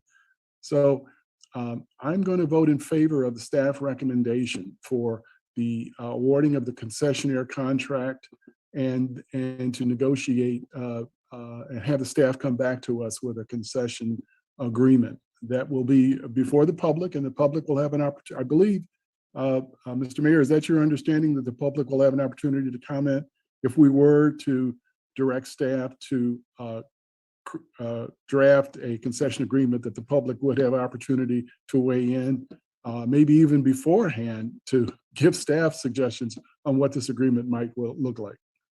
Yeah, I think whoever we choose to be the next concessionaire, there will probably be multiple opportunities for the public to weigh in on how the future park is going to be run. And it'll probably be forever, we'll forever be able to modify it. And Right. definitely in the next year or so, after we pick a concessionaire, I'm expecting there would be multiple opportunities for the public to be involved.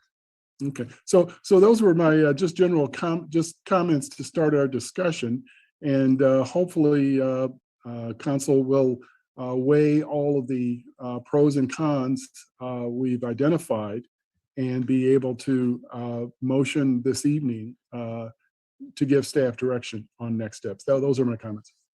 Thank you, David. And my comments are that I'm leaning toward voting for the Marina Equestrian Association to be the next concessionaire, or at least to give them their day in court such that they can give a well-organized presentation similar to the Chaparral entity, Susan and Shane. We haven't heard from them. We've heard a lot about them. We've heard public comment, but we haven't seen their proposal. And they have one in writing that looks really well, really nice. And it was compliant. It was a responsive bid. But I want to mostly repeat something in Exhibit E, which is page 96 of our staff report, a email from David Sigenthaler to our city manager and council member Gail Morton back in 2017. And I mentioned this during our first meeting a week ago, and some people thought that we shouldn't go down a rabbit hole, but I think that before we kick out the current concessionaire and we exclude all private boarding longer than 4 months, we understand what we're doing and if we have to do it. So here's what David said in writing in Exhibit E. Circumstances require that boarding of horses be structured such that it is a public use, not one that establishes a long-term right of exclusive occupancy.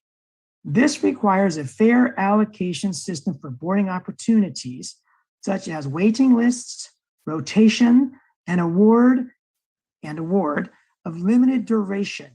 Here's the key: even if longer than short term. There's only one thing longer than short term, and that's long term. So even if we do allow longer than short term, boarding contracts should have no guarantee of renewal that allow broad public use. Boarding of horses for anything more than short-term periods, if allowed at all, should use a small percentage of the boarding space available. To me, that means in two different places that in 2017, this language is consistent with all documents written on this subject from 1994 until 2020. Because in 2020, staff told us tonight, the first document that mentioned no long-term boarding and the first document that mentioned anything more than 4 months is long-term boarding was the 2020 October request for proposals. So from 1994 through 2017, in this letter from National Park Service to the city, through to 2020, long-term private boarding has been the essence of this property. And it's better and better been improved to make it more of a public park. I believe if we did visitation counts, we would have more daily public visitors to this public park, the Equestrian Center, than any one of our other public parks in the city of Marina. So to ding this public park and say, because they've had private boarding and it was allowed this whole time, and they generated more public use than any other park, but somehow it's not been managed as a public park because it allows something that has been allowed in writing up until 2020, let's say. I think that choosing a corporation or any entity because they don't allow private long-term boarding is getting ahead of ourselves. But choosing an organization without hearing from the current occupants in sort of an equal manner, I think we're jumping too quickly. So I would either recommend that we choose the Marina Equestrian Center and have them and the city and the National Park Service work on a program that satisfies the National Park Service and therefore satisfies the city, hopefully. Or we bring this back so that we allow the Equestrian Association to represent themselves with an adequate amount of time, let's say equal to what Chaparral had. I don't think that the third proposal by the Equine Foundation is at the same level of having the experience and the number of people involved. But if the rest of the council wished to also allow the Equine Foundation to have their equal say in it, I think that's fine. They came in third in the scoring, but perhaps they have information for us that we might consider in addition to the scoring that elevates their position from third place to first place. So that would be my wish, that we either give it to the MEA to work with the city and NPS in the future, or we have another meeting where we at least hear from the MEA. And if council wants, also, we hear from the Equine Foundation. Let's now go, David Siegenthaler has his hand up. Let's see, who else in the panelists? I see Councilmember Christina Medina Dirksen. Christina, do you mind we let David Siegenthaler? Okay, well, let's David go and then Christina.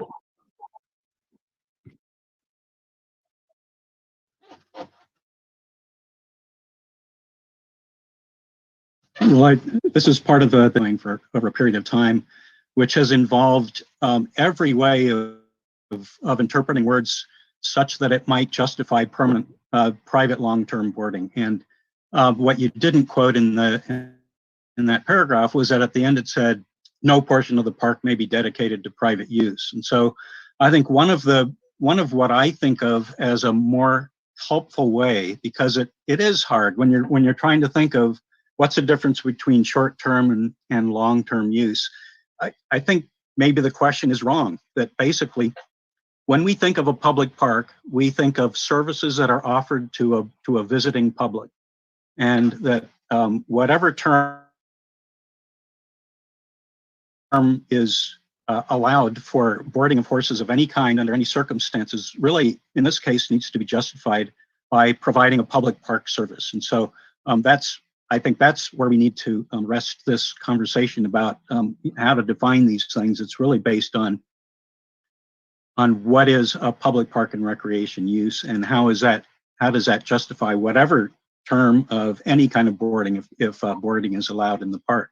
So that would be public boarding the horse in a park for the sake of recreational opportunity that has been defined by the city that it wants to provide the general public, not a long-term right of occupancy. So I don't know if that's exactly helpful. We can't approve any proposal for a concession agreement that would allow private long-term boarding, because as I've said, no portion of the park may be dedicated to private use.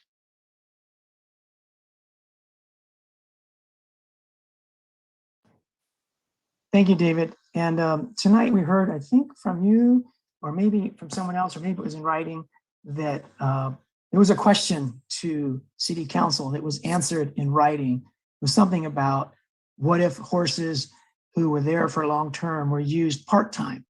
And the question was, well, that wasn't preferred because that would require constant scrutiny. But it seemed to leave the door open to private horses boarded longer than 4 months that were at least in part-time use for public service. Can you address that? I don't know, that I guess that answer did create some confusion, and I think that was an awkward way to answer that. What I said before and what I think is true is that any horse that's at the site, if it's there long term, it needs to be justified on the basis of providing, being there for the purpose of providing public recreation opportunities. I don't think otherwise, just in that same game of trying to justify long-term boarding. And so then what out of that proportion of long-term boarding, what little bit, or what is the minimal amount that needs to be provided to justify that for the sake of public recreation use? And I don't think that's a good way to engage this conversation, and that's not a responsible way to run a public park. We need to be talking about horses, if they're there for the long term, those are service horses in the service of providing public benefits and public recreation opportunities. All right, thank you very much, David. Let's go to Christina Medina Dirksen and then Councilmember Lisa Berkeley. Thank you very much, Mr. Mayor. I was going to point out the Exhibit E, that last part, no portion of the park may be dedicated to private use. So going back to the Chaparral request for a home, there, I was a little concerned about having somebody living there on site. No one lives there on site now. So I just had a little bit of a problem with that. Also going back to Exhibit F, the National Park Service communicated its approval of the proposed POU, which is program of utilization, with the proviso that the city establish a suitable plan to make boarding of horses an equitable park use. So my thoughts are that we're here to determine two things. First of all, this is a 35-acre facility, and we're talking mostly about the horse boarding because that seems to be like the gate before we move next steps. But I really think we need to define some terms. I think we need to determine what boarding, what is short-term boarding. 4 months was in the RFP, and 4 months is also in the chaparral. And as I understand, having read through the MEAs, they are fine with that as well, or they're fine with determining the time element. We can also get creative here. So we've got two issues that I'd like to make sure that we address. Is the timing, the term of the board, and accessibility. I go out there, not as frequently, but I've gone out there frequently.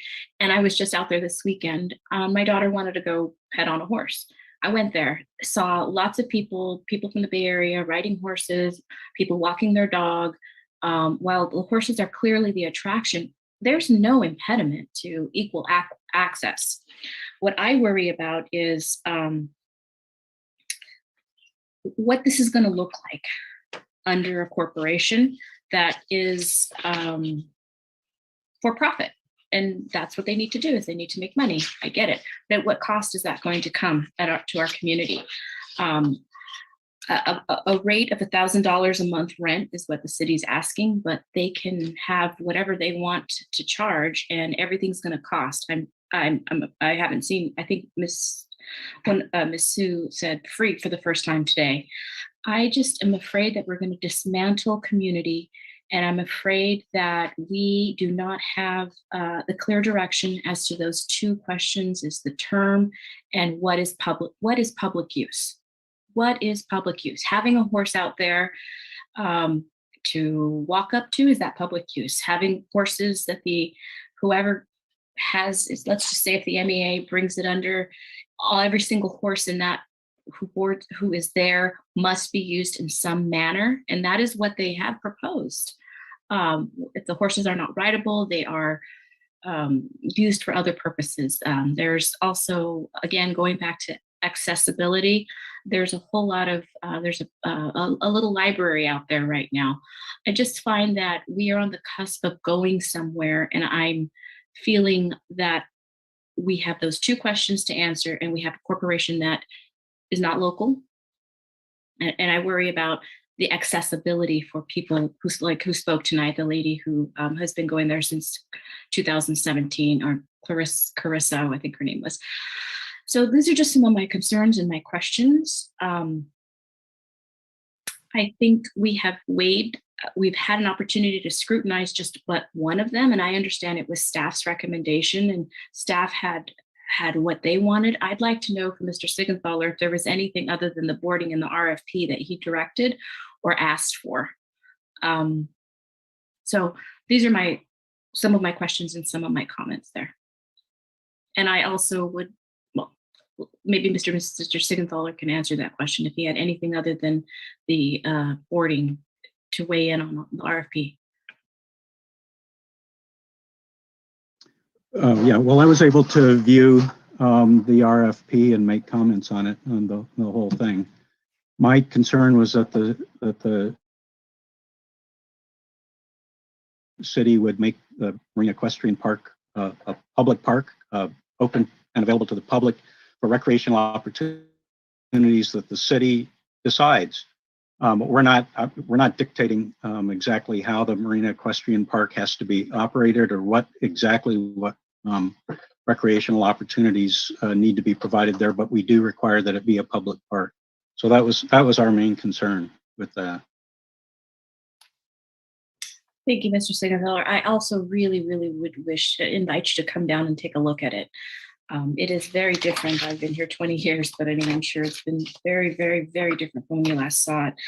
A question I have for staff is when you answered the question about the payment for utilities, when I look at page 9 of 37 on the RFP, It clearly states in the RFP that the leasee will pay all utilities and services necessary for occupancy use of the premises, including gas, garbage, electricity, sewage, manure, removal, composting, telephone, internet connections. Utilities shall be placed in the name of the leasee and not shall be transferable to any party or location. So the answer we just got from you is did I read your answer incorrectly? No, it's not contrary. The answer was that it was going to be allocated to the party that was best able to control the costs. In this case, with the utilities, the concessionaire is most able to control the costs. They're the ones using the utilities on a daily basis. The city wouldn't be in a position to control that use. I'm sorry, then I must have misunderstood the answer. Maybe we can go back to that if you have an opportunity. The other question I had, it was the maintenance in the page 9 also, is the composting of manure of the premises at least twice a week. The RFP we received is not, it says it's only, will provide it once a week. Also benefiting the horses on page 8, 20% of the available horse boarding space with time limits not to exceed 4%. So when we were told that the money, the proposal did not depend on boarding, they still will have private boarding. Is that correct, Ms. Pennell?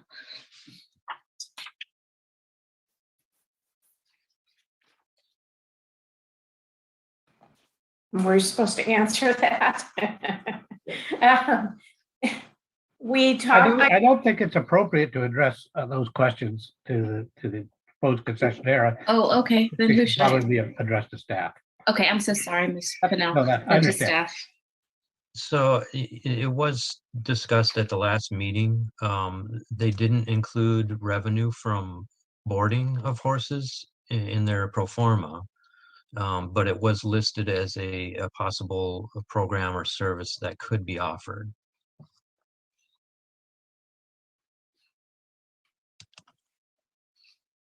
Okay. How about, let me see. Page 10 of the RFP also says the MEC Park will serve as a recreational hub for residents and visitors alike. What else aside from the, I guess the recreational hub for residents and visitors? I've read various scenarios. Is there any requirement that any of these things be free or low cost or cost sharing with the city? I understand the profits later on will be.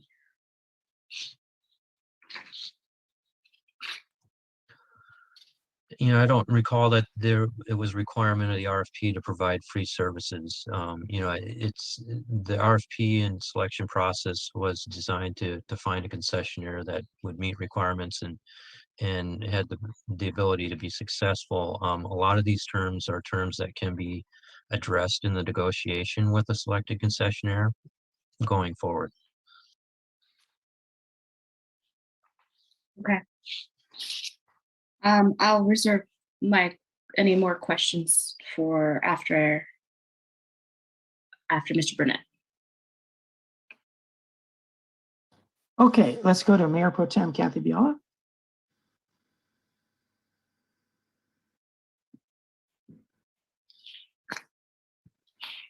Okay, thank you.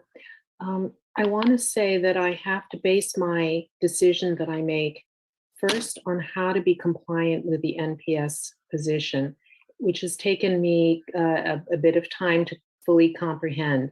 Marina has been granted an incredible gift from the federal government, though it comes with some important conditions that we are bound to.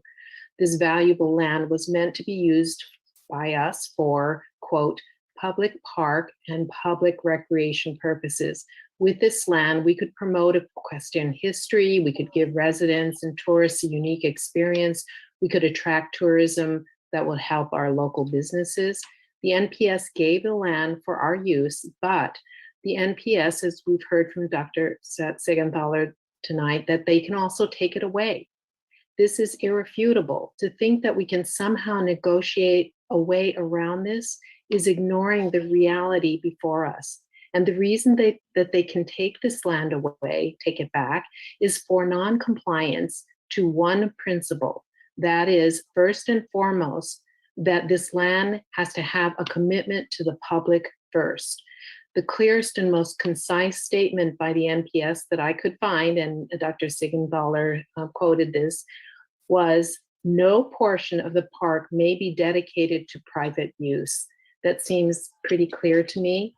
And here is how I've tried to understand this issue. An individual owner of a horse that needs boarding for the maintenance of their horse is different than an individual who is attending, for example, a regional horse show and needs temporary boarding. The first case is providing advantages for a private purpose. The horse boarder attending a horse show is an individual use that is contributing to local and regional tourism. One case benefits one person, the other benefits an equestrian event, local restaurants and hotels, etc. One is longer term and limits any other use for those stalls. One is shorter term that will more quickly free up the stall for other public uses. There is a vast difference between the two, I think. It is the distinction of the use of the boarding that is the purpose of that horse needing boarding, being for support of some local or regional benefit. It is also about the exclusive nature of the use of that stall and how other uses might better serve the general public, which is the main concern of the NPS. A national park, for example, should have equal opportunity for any member of the public to partake in any activity within the park. No part of it should be excluded. Hotels, for example, on federal land can be concessionaires in a national park, and all people can book a room there or eat there, walk through the lobbies or the hotel grounds. No portion is off limits to the public. It's not a private and exclusive use. In a long-term private boarding situation, if the public entered the stall, they would likely be stopped. No one can use that horse in that stall. No one receives benefits from that horse except that horse owner. So that's kind of how I am viewing what the NPS is saying. And I also want to add something that I've thought about in terms of the NPS's ultimate objectives. And at the last meeting, I asked, why would 4 months be necessary to temporarily board a horse? I was given the reason at that time of summer vacation in which horse owners may wish to vacation here. The other reason I was given was horse shows and competitions of perhaps 2 weeks duration. I don't believe that most people would vacation for 4 months here. And I do think 2 weeks is too short because tourists can rent a home for short-term vacation rentals for 30 days and under. Based on this logic, I think that a reasonable short-term private boarding situation should be 1 month. This seems to me consistent with what the NPS has been saying, and that this public use of a temporary private boarding can be accomplished by, and I quote from the program of utilization that the mayor just quoted, about allocating a limited percentage, limiting of duration of the boarding contracts, and implementing rotations and waiting lists. 30 days seems reasonable if these other stipulations are also included. If the best uses of MEC is to facilitate the most good to the most people, let me give you some scenarios. If a small portion of the current 73 stalls is dedicated for some private boarding, irrespective of the reasons for the boarding, but purely on the basis of how many people, say 13 stalls, could benefit people, here are some scenarios assuming full occupancy. If 13 stalls were used for 4 months by private boarders, a total of 39 horse owners a year would be served. If 13 stalls were used for 1 month each, as I was suggesting, by private boarders, a total of 156 horse owners could be accommodated. And then if no private boarders at all were there. We're not using those 13 stalls, but each facility owned horse in those 13 stalls were available for, I don't know, 3 activities per day, maybe a lesson and 2 trail rides, whatever. And that the horse would only be used for 5 days a week for 11 months of the year. And I thought that was reasonable since employees get that work schedule. They could generate almost 10,000 users of equestrian activities per year from those 13 stalls. This number of people will certainly bring business to our hotels, restaurants, and other businesses in Marina. And this is counting only 1 visitor per horse activity, when there obviously are group trail rides and group lessons, etc. And contrast this to 39 people being served per year in 13 stalls.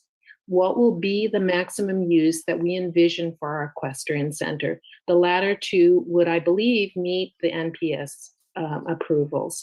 So I just wanted to share some of the extension of the logic that is trying to be promoted by the NPS, because I think this is something that we're missing the main thought to why the NPS has these restrictions. And I just want to give you some food for thought that I've had to also deliberate on myself.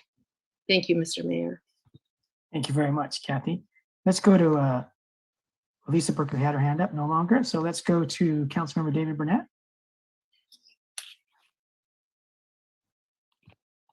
Thank you, Mr.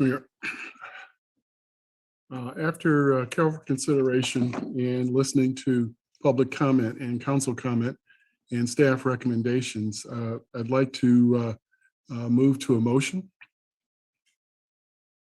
I'd like to make a motion that we consider adopting the resolution and receiving a presentation on the Marina Equestrian Center. 2, we approving Chaparral County Corporation Incorporated of Woodside, California as the most qualified respondent to the request for proposals to provide recreational facilities and programs to the public at the Marina Equestrian Center Park. 3, I would like to directing staff to negotiate terms of a concession agreement with Chaparral Corporation Incorporated of Woodside, California. 4, directing staff to obtain National Park Service concurrence with the terms of a concession agreement. And 5, directing staff to return to City Council with a concession agreement for approval. Second. Thank you, David. Let's go to Councilmember Christina Medina Dirksen. Thank you very much. I would like to submit a substitute motion. Is it now, or do we have to take a vote on it?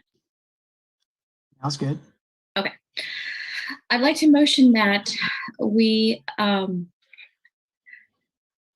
define the terms outstanding and we entertain the Marina Equestrian Center's compliance with that, with the National Park Service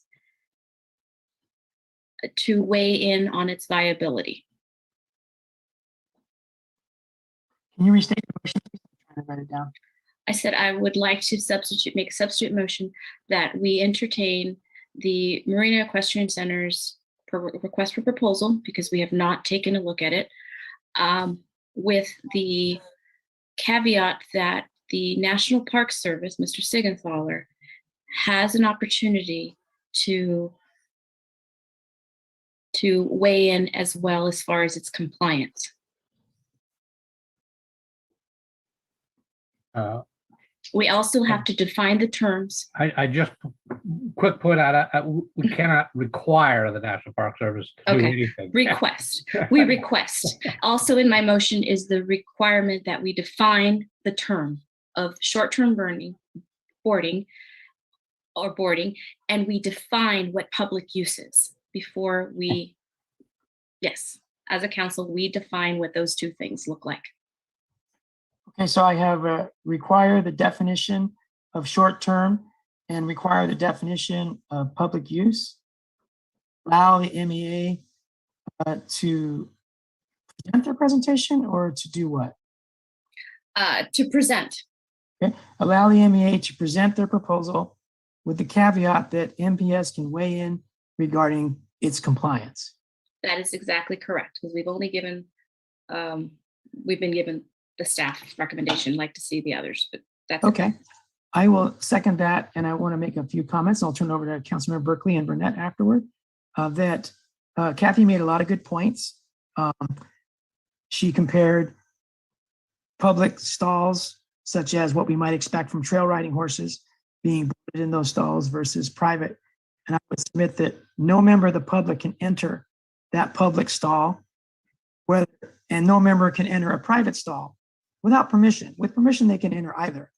But there are no members of the public that would be allowed to willy-nilly enter a stall occupied by a trail riding horse or some other public service horse. So as far as exclusive, private versus public, you can feed carrots to either one. You can go inside with permission and pet either one. Either one can be part of a trail lesson or a trail ride scenario. So I think that the difference between public and private horses and which is more exclusive depends on the rules that are followed with those horses. All people can board horses for whatever term. If you said only 4 months per year, anybody breathing with a horse could board their horses for 4 months. If you said 6 months or 1 year or 2 year, whatever term was compliant with NPS, any breathing human being could board their horse for that time frame. So that I don't think that short-term means everybody's welcome, but long-term means only a few people are welcome.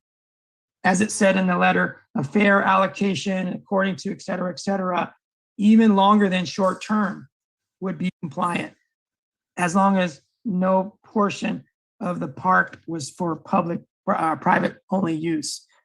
But before we kick out the MEA, it sure would be nice to hear how they could operate this with their years of experience, hundreds of volunteers, holiday festivals, what they've been doing for so long. They are the most experienced on this property. They are the locals. They have demonstrated the most commitment to our community for a long time, not just their leaders, but all of their members and their friends and families and spouses.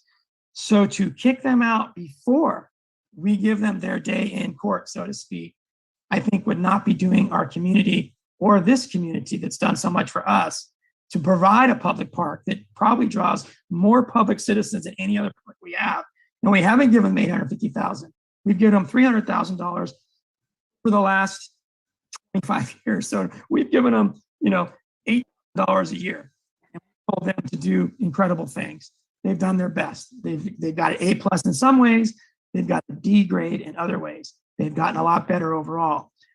So I just would hate to say no to the community that has run this place to the best of their ability, drawing in lots of families. We've heard email, we've heard public testimony overwhelmingly confirming that they have used this to the benefit of a large public number of residents. It can be fine-tuned. It needs to be compliant. I'm not arguing with NPS in any fashion. We need to follow their direction, comply with everything they want.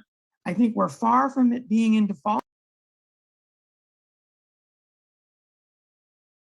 The National Park Service wants us to succeed. So we are not in danger of default tomorrow or next month as we figure this out.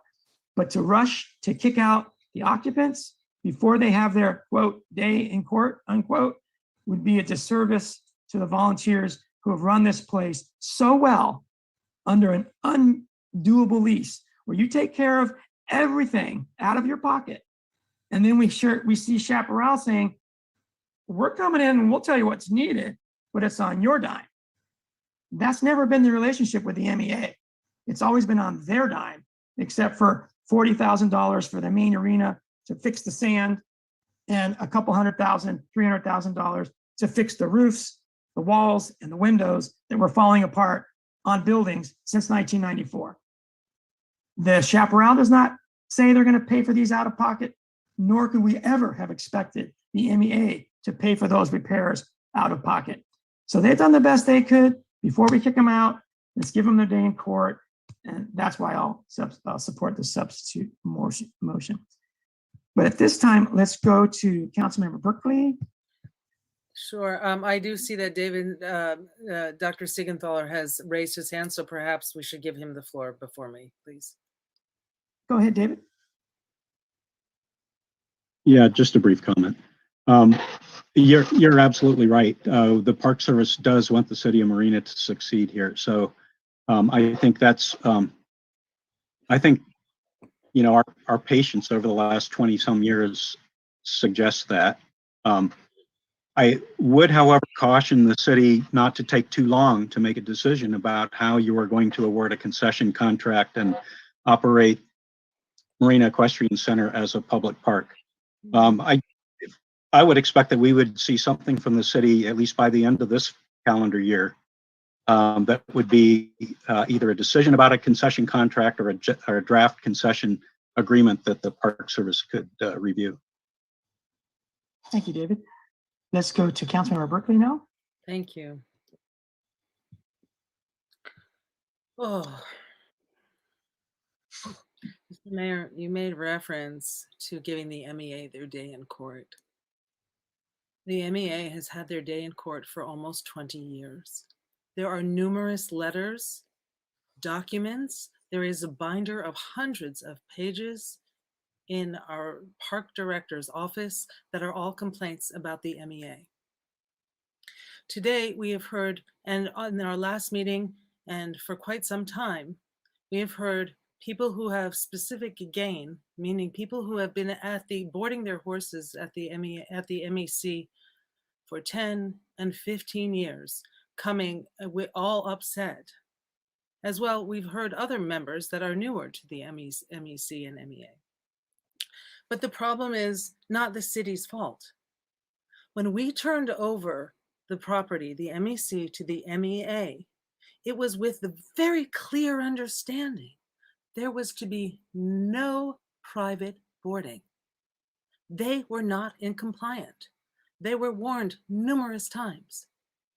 And it wasn't until maybe a year or 2 years that they started getting it together. But it wasn't until they felt that they were being threatened, when we talked about taking down the stockade, that suddenly they started having all of these events for the public and were engaging in our city.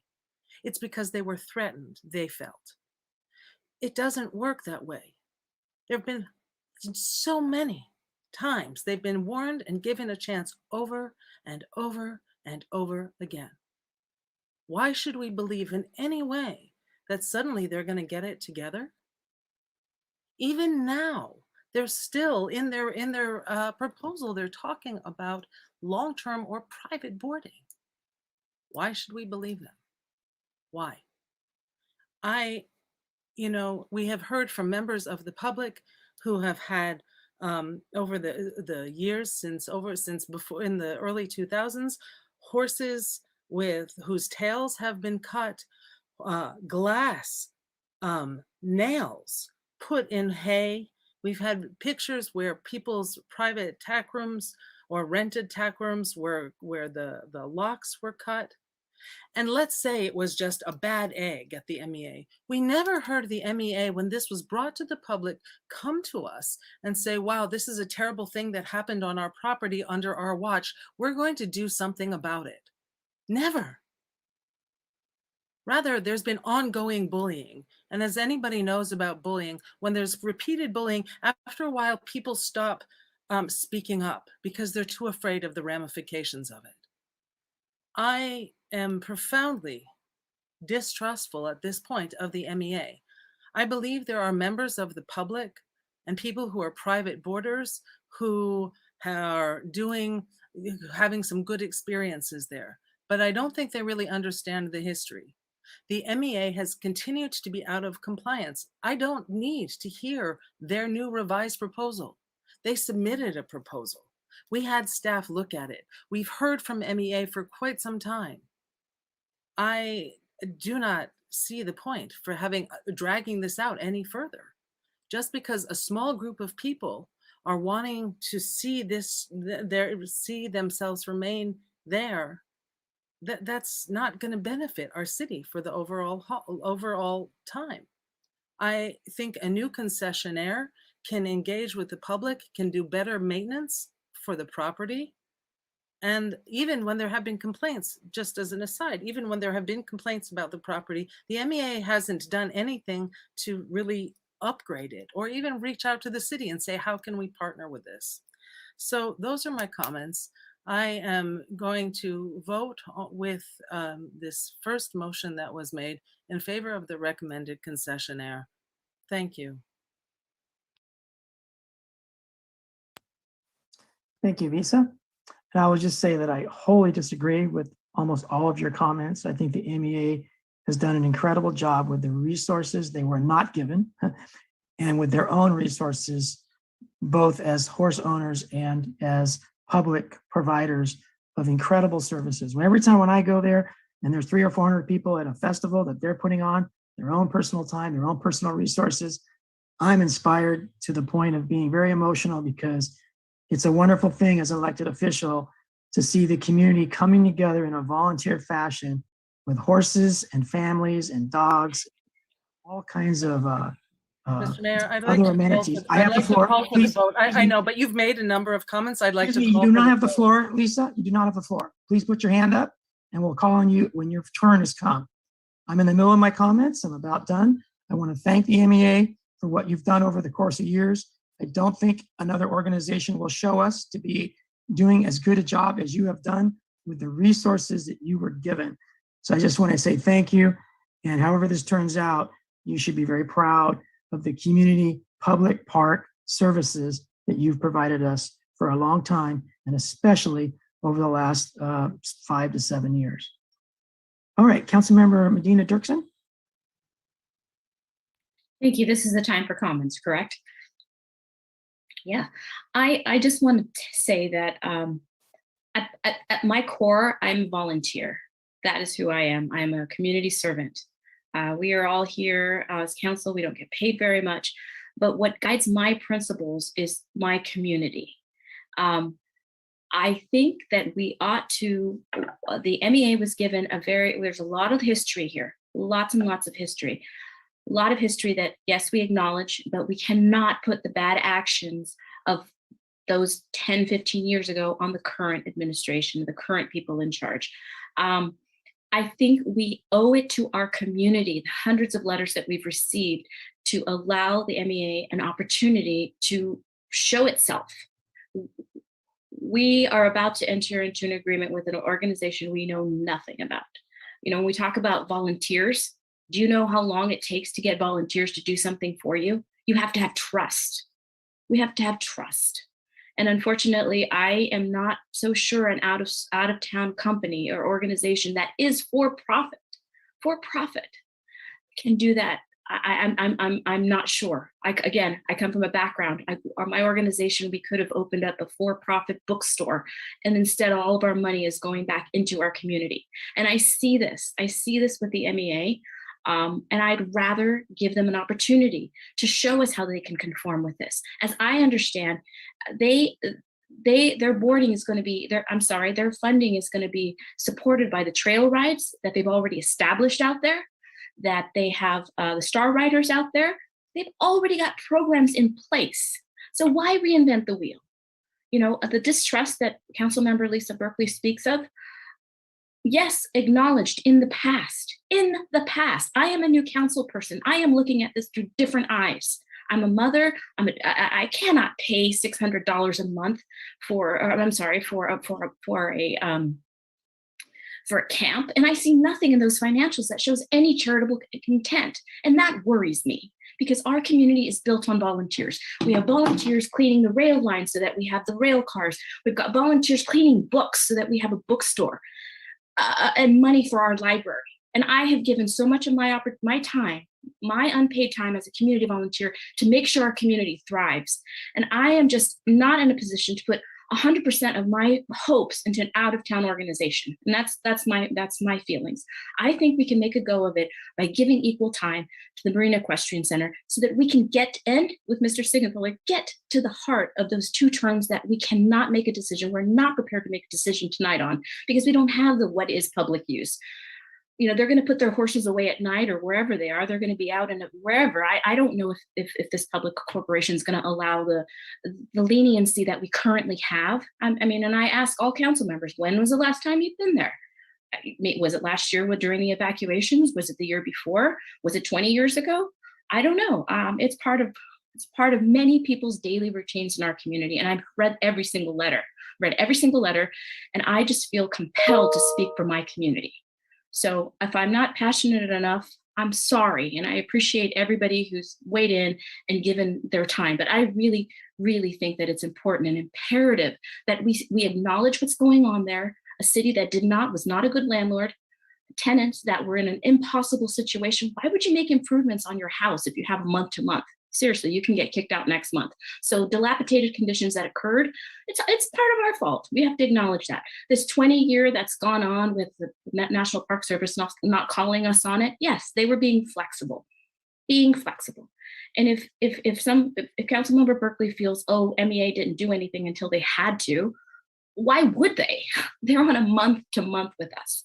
So I just hope you hear my passion, community, and understand I'd like to speak for you. And there's an overwhelming response in my heart of hearts that we work with a local known than a for-profit. That's where I stand, and I stand behind my motion.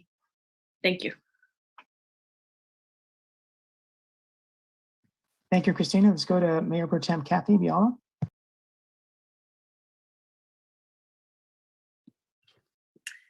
Thank you, Mr. Mayor. I want to say that I don't think our council is going to be able to do an objective evaluation for the best applicant. I think this issue is just too fraught with personal investment because two of the vendors are local and we know the folks in those organizations. We have to rely upon others to do this evaluation, which I thought was the intent of our current process. So I want to kind of clarify that process. I think all vendors had equal opportunity to respond. Maybe there were some omissions in some of the applications, but none of them, were significant to disqualify them. The completed applications were available to the public and the council, and all applicants were interviewed by the panel. And I prefer to hear the issues that generated the high points for the recommended vendor rather than hear all the negative aspects of vendors not chosen, as this will surely lead to unrelenting challenges and ill feelings across the board. And I think we've already gotten a small taste of where that will lead us. And I ask, if we were to redo this process, would we gain anything more than what we have today? Vendors will scramble to include or omit those points they heard in the last two hearings. And I have good opinions about the people that were involved in the current vetting of the applications. They know our community. I think there was one outsider. They have varied experience and expertise and knowledge that span financial, infrastructure, community services, and actually been part of vetting processes in other arenas. And they all seem to be fair evaluators. I don't know what better persons we could have had. So if we're going to now question what we've done, I just don't know what the expected outcome would be. There is a large discrepancy of points between Chaparral and the other two vendors. And then there's lesser variance between the other two vendors. And the process of coming to a concessionaire agreement would be really to begin negotiations and identify specific priorities, and that's when the public can weigh in, as I understand it, the process. So I'm hesitant to say that we should now open it up again. I think we've gone too far in this process. I feel like it has been an objective process, and I don't think we could do any better. I would really like us not to refer to this as kicking somebody out. This was an RFP that everybody saw the rules for the RFP. They responded, they were evaluated, points were assessed. We may not agree with those points, but what is our alternative? To create another whole panel? Who is going to be more objective than the ones that were involved in the current process? So I have concerns about where we might be going if we are going to undo what has been done already. Thank you very much, and I'll have comments a little later too. Thank you, Kathy. Let's go to Councilmember David Burnett. Okay, well, considering the time, Mr. Mayor, I have to call the question.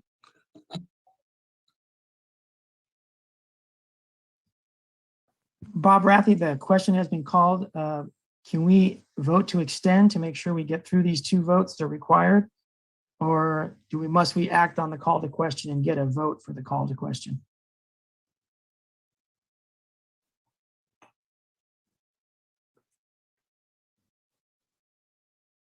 Excuse me, I was muted. Is there a second for the call of the question? Not yet. Okay. Second. Now there is Okay. a second, Bob. Okay, in order to take the vote, we can now consider whether to extend past, well, we're 10 o'clock almost, so we could consider to extend past 10 o'clock. Just to make sure I'll motion plenty that of we time. extend to 10:05.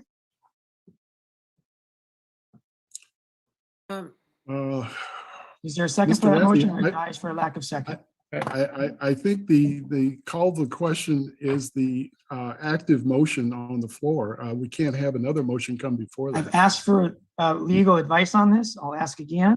I think, Do we I have think in time this for case- 2 votes, or should we extend? I think it would be appropriate because we're gonna hit 10 o'clock in 4 minutes. So whether there's enough time to take this vote, Okay. I think we I'll should. motion that we extend till 10:05 to make sure we're not in stress. I'll second that. Okay.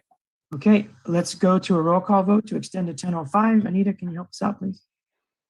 Councilmember Medina Dirksen, Yes. Councilmember Burnett, Yes. Councilmember Berkeley, Yes. Mayor Pro Tem Biala. Yes. Okay. Let us now vote on the call to question.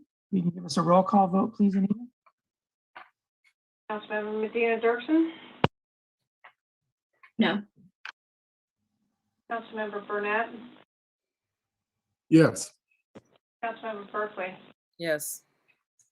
Mayor Pro Tem Biala, No. Mayor Okay. Delgado. No, that motion fails. So let's go to Christina Medina Dirksen.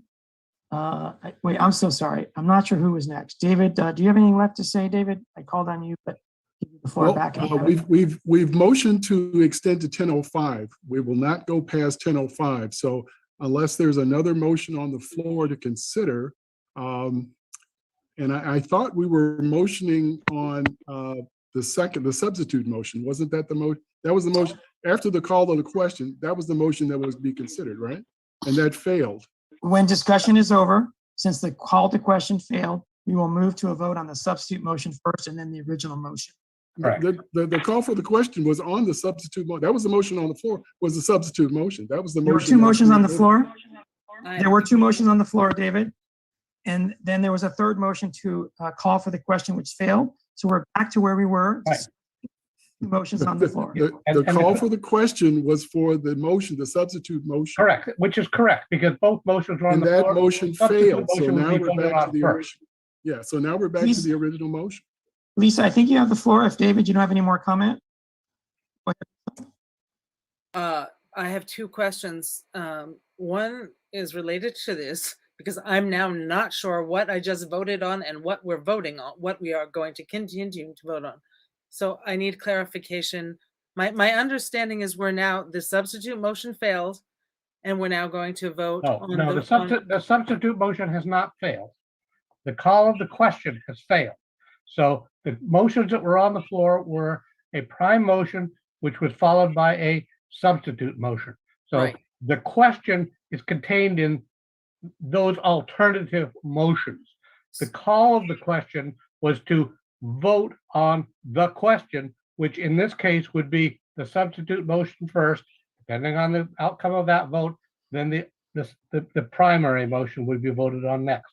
So the call of the question failed. There are still Two motions. those motions are on the table. The substitute motion, which would be the first in order of precedence, and the prime motion or the underlying motion would be second.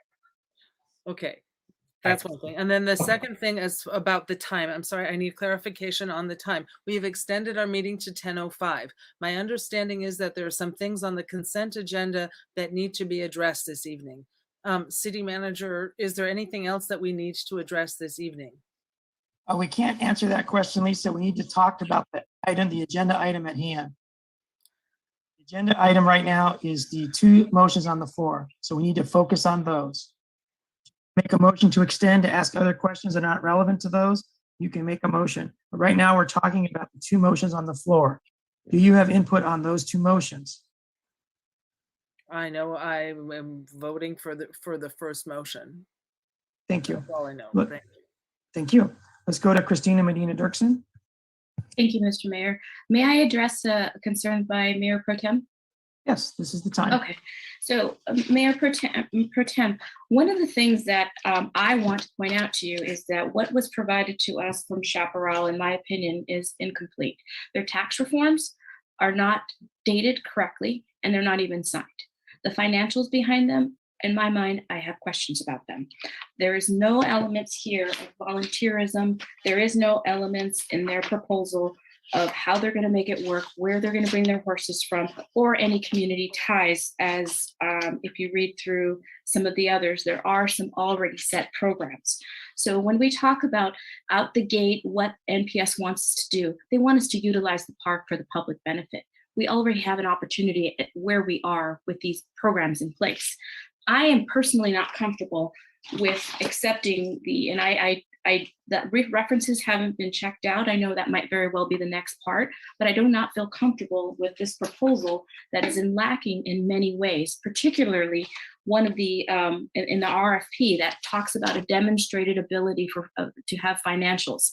I don't know how much I can say, but I have done my own homework, and they most recently were looking. I'm not going to go down a path.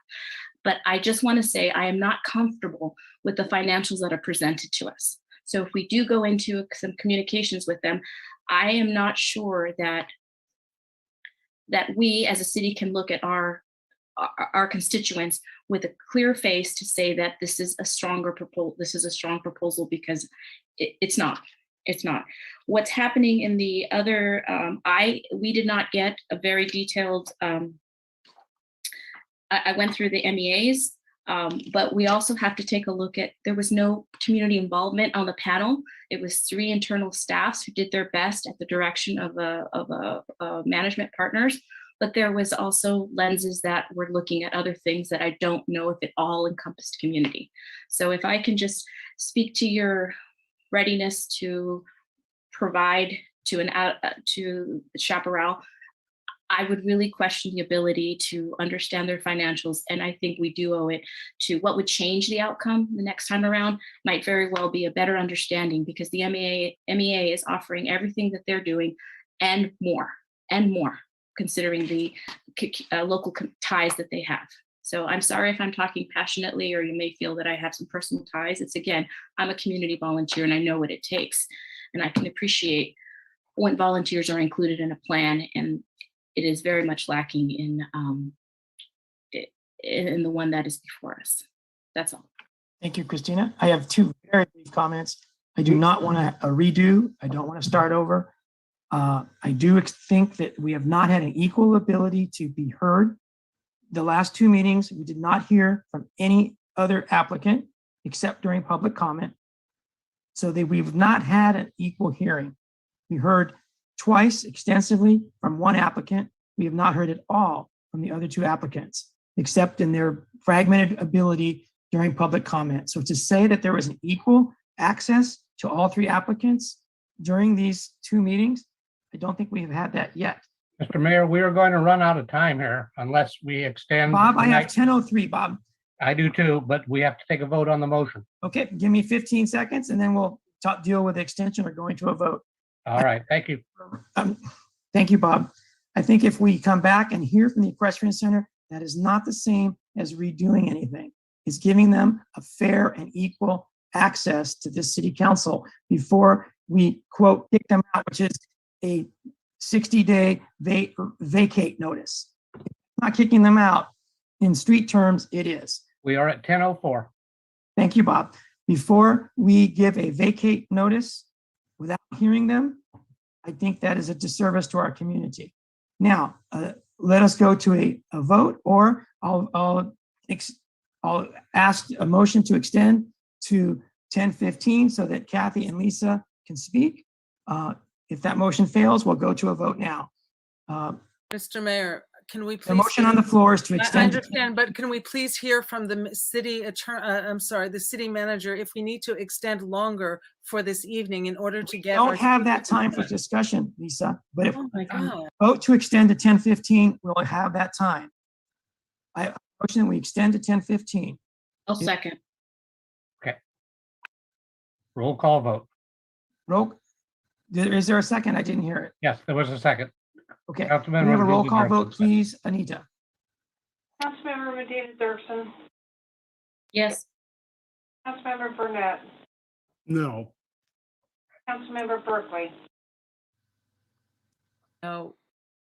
Mayor Pro Tem Viola, Yes. Mayor Delgado. Yes.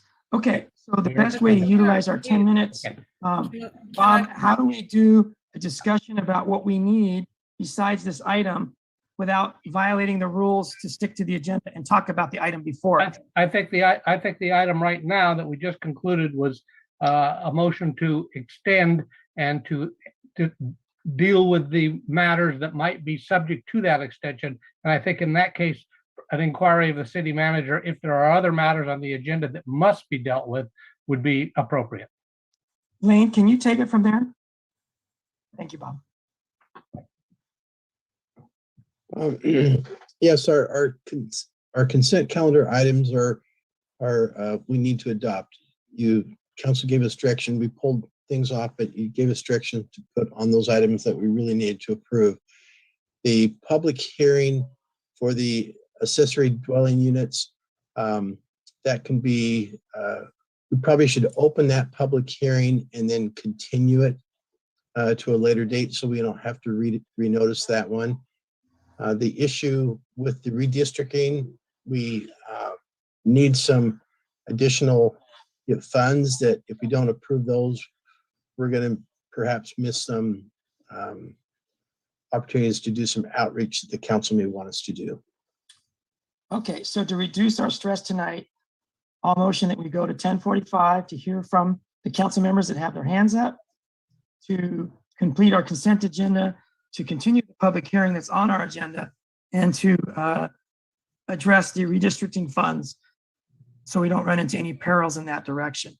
That is my motion. Is there a second? Second. Okay, can we have a vote, please, on the the motion to extend to 10:45 for those items? Councilmember Medina Dirksen, Yes. Councilmember Burnett, No. Councilmember Berkeley, Yes. Mayor Pro Tem Viola, Yes. Mayor Delgado. Yes, thank you. That motion passes 4-1 with Councilmember Burnett dissenting. So we are now in comment on the two motions on the floor regarding the Equestrian Center concessionaire. Let's go to Mayor Pro Tem Kathy Biala, and then Councilmember Berkeley, and then Councilmember Medina Dirksen. Thank you, Mr. Mayor.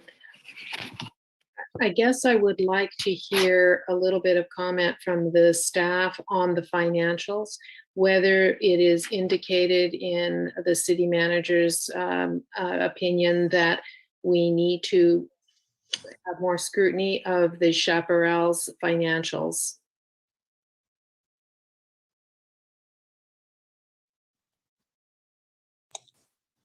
Oh, there you are.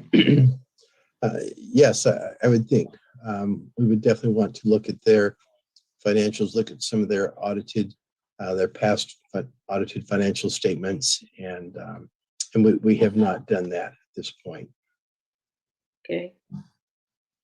then, although we're still at a substitute motion, but if I were to add on a friendly amendment or amendment to the first motion to include in that statement that that Chaparral's finances be more thoroughly vetted to, as an amendment to the first motion on the floor.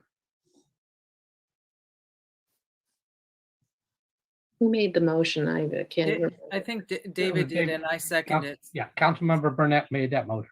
Okay, David, would you accept that as part of your Yes, motion? 100%. Second holds.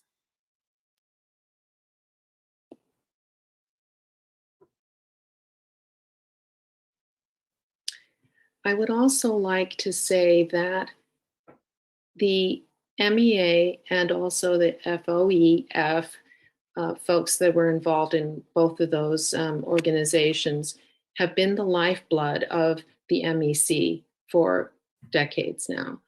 And that's not lost on any of us.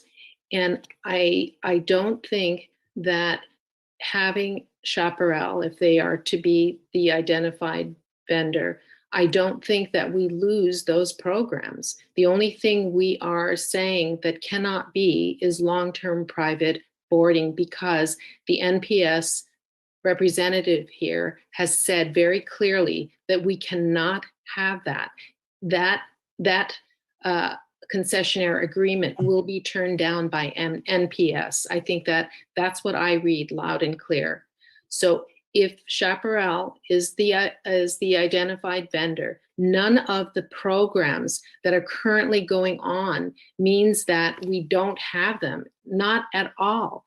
They will fall under a different entity, but the input that our residents have in developing that agreement and those programs are still going to be there. It is not like just because they're coming on that we won't have this. If the city feels that they need to finance more funding for free or highly discounted rates for any of the services, so be it. But that's all the negotiation that comes in the future. But if we frame this as if Chaparral comes in, all the work, all the activities that so many volunteers have put their hearts and souls into is gone, I think that that's a misperception. That's an erroneous assumption, at least on my part. I absolutely do not believe that that's going to happen. So this is not a case of either or. Either we get Chaparral and a whole new crew comes in, a whole new programming and services change. No, I don't believe that. I think Chaparral will absolutely need our community to make the MEC successful and take it to the next level. So I hope that we don't get into a mode of thinking about this that I simply don't believe is true. Councilmember Marina Dirksen. Thank you, Mr. Mayor. I'd like to point out, Kathy, that the MEA does not have privatized boarding in their response, in that the 4-month is also something that they are proposing. Right now, all the programs that are there, all the horses that are boarded would be in their programs. Trail rides, lessons, everything like that will have to be there. So if we uplift volunteers now, I don't know. Again, I'm a community volunteer. I know what it takes to build. It takes years to build a volunteer base. I'm not so sure about. I'm not so sure about that. I fear that what we are doing is disturbing a community that can, if we hear from them and we get a better understanding of their proposal. We have a lot of history here and a lot of muddled communications that we have to get clear. I'm afraid that we are going to dismantle a volunteer system. I'm afraid that there are community partnerships that have to start from scratch. Tomorrow there's a fire that occurs. Do they have the man and woman power to be able to work with like our volunteers have been doing? I just think Mayor Pro Tem, that we should have an opportunity to really vet what has been presented from us from a group of volunteers. That's where I stand, and I will be obviously supporting my motion, but I'm just very fearful that we are going to dismantle community. And just like it's not as easy as you think to build up volunteers and people who believe in it. And I think our credibility also will be shot in the community, that we didn't give them an opportunity, didn't give the MEA opportunity to show that they are there. All of their horses would be in the program. So I don't see the need at this particular moment to discredit an organization that we have been working with and has a heartbeat of volunteers already at the ready. So when you say programs are going to be ready to go, I'm not sure. I'm not sure about that. The Chaparral people, I'm not sure. I'm not confident that they have the community connections, because they're nowhere connected, nowhere reflected in the RFP that I've received. Thank you, Christine.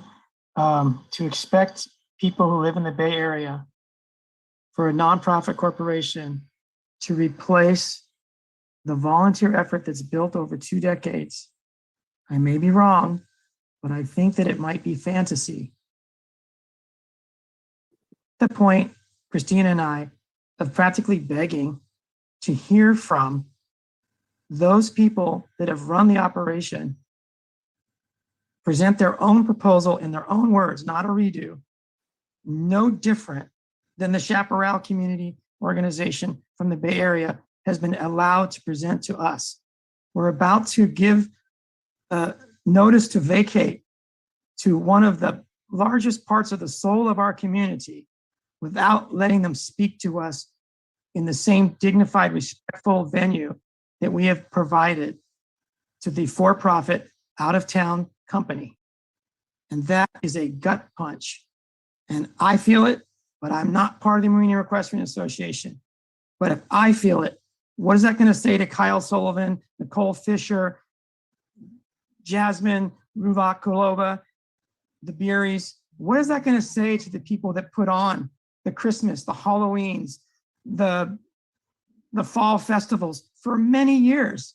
What's that going to say to the 3 people that have been offering practically free riding lessons on weekends on their own time? What does that tell them? You've been here for 20 years. You've improved it to the greatest extent you can. We've given you almost nothing. But without letting you come before us in the same venue that we've let someone else come before us, we're going to give you a notice to vacate that we are not going to call kicking you out, but you will no longer be part of the Marina Equestrian Center unless you want to continue to donate your time to a Bay Area company that is for-profit, who was chosen over you without hearing from you eye to eye. How that supports our community, I don't see it. And I'm going to be very distraught, but it appears that's the way we're going. And I just want to say in advance, if that's how it goes to all you volunteers across the city, I am very sorry. And I will continue to work with you to try to make back the distance that we lose with you tonight, because that's not who I am. That's not who Christina is. That's not who our city council is, but that's the message we'll be sending you. All right, let's go to Councilmember Berkeley, and then to Pro Tem Biala, and then to Councilmember Medina Dirksen. I think that there's some assumptions that are being made, and the as Mayor Pro Tem Biala pointed out, there was an external committee here, an organization was hired specifically that didn't have any kind of emotional attachment, and it's very clear that there is a lot of emotion here, and that we may not make the best decisions because of our biases. With that in mind, it has also been told by the chosen concessionaire, Chaparral, they've said that they'll work with the community. There's nothing that says there won't be those events. What there's being said is that a concessionaire is being selected based on many years of handling multiple venues and doing a really good job at it. I've been to 2 of them last week. Their horses are in good shape. Their facilities are in good shape. They do a good job. there's nowhere does it say that the members of the MEA cannot work and volunteer with Chaparral. That's never been said. In fact, what I actually heard from Chaparral is that they want to be working with the volunteers and with the community, that they're thoroughly willing to be engaged. With that said, should we make this what I believe would be a very poor decision to start to have the MEA present all of their case, then I think that's leaving out the Fort Ord Equestrian group. So then we're basically saying we have to start over again. And Mayor Delgado himself said he doesn't want to do that. So this isn't fair. You can't just keep making exceptions here and there. It's not fair. It's not. And Councilmember Medina Dirksen has brought up equity consistently. If we're going to be equitable, then that means we need to start again, because we can't just hear from the MEA and not hear from the third applicant. The case has been made, oh, the MEA hasn't had a chance to present their case. Mayor Pro Tem pointed out beautifully that we went through a very fair process, as we do with all other RFPs. Just because we don't necessarily like the outcome because our heart hurts a little bit, that doesn't make it right. We have a process that we have done and always do with RFPs. Why are we ripping this apart? I just think we need to go forward and invite, as we learn more about Chaparral and Chaparral's finances, and the more that we get to know them and the more they get to know the community, I think that they will probably do an outstanding job. And they've said that they're very happy to collaborate with anybody who's already applied or any volunteer who wants to be there. And what I also hear from them is they're listening to us. They're reconsidering what kind of options do they have? Who else can they partner with? I hear, and actually somebody that's really willing to be a solid partner and open to engagement. Let's not forget that. Thank you. Councilmember Medina Dirksen. As I'm listening to this, I really am struck by the relationship we're about to enter into. Is it a 20-year lease arrangement? And I'm just giving pause because, quite frankly, Mayor Pro Tem, we created an ad hoc committee to pick plants at Hilltop Park. Okay. We did that, and that was a community effort. Yet there was no member of our community on the RFP board who spoke for our community. Clearly our staff did, and our staff did the best job that they possibly could. But we just heard from City Manager Lane Long, the financials were not reviewed. It was on its face. What does it look like? I had questions with the scoring myself, because the community programming portion of it, which the MEA has been doing for years, they didn't score as high as this for-profit that has nothing in their packet about community involvement or anything free or charitable. So I want to say that the process was fair, but I am not convinced that it was not without some bias. We all have biases. We all have our own implicit biases. We all have our biases. So yes, when I also think about equity, I want to make sure that we're allowing anybody and everybody with any kind of means out the gate to be able to use the park. And that's what's happening now. So I just please, as we weigh this decision, we're giving more thought to the type of plants in a park than we are who is going to be in a long-term relationship with us. What would change? I think we would get a better picture and understand that what's in the other, I will say the other proposals, do meet muster.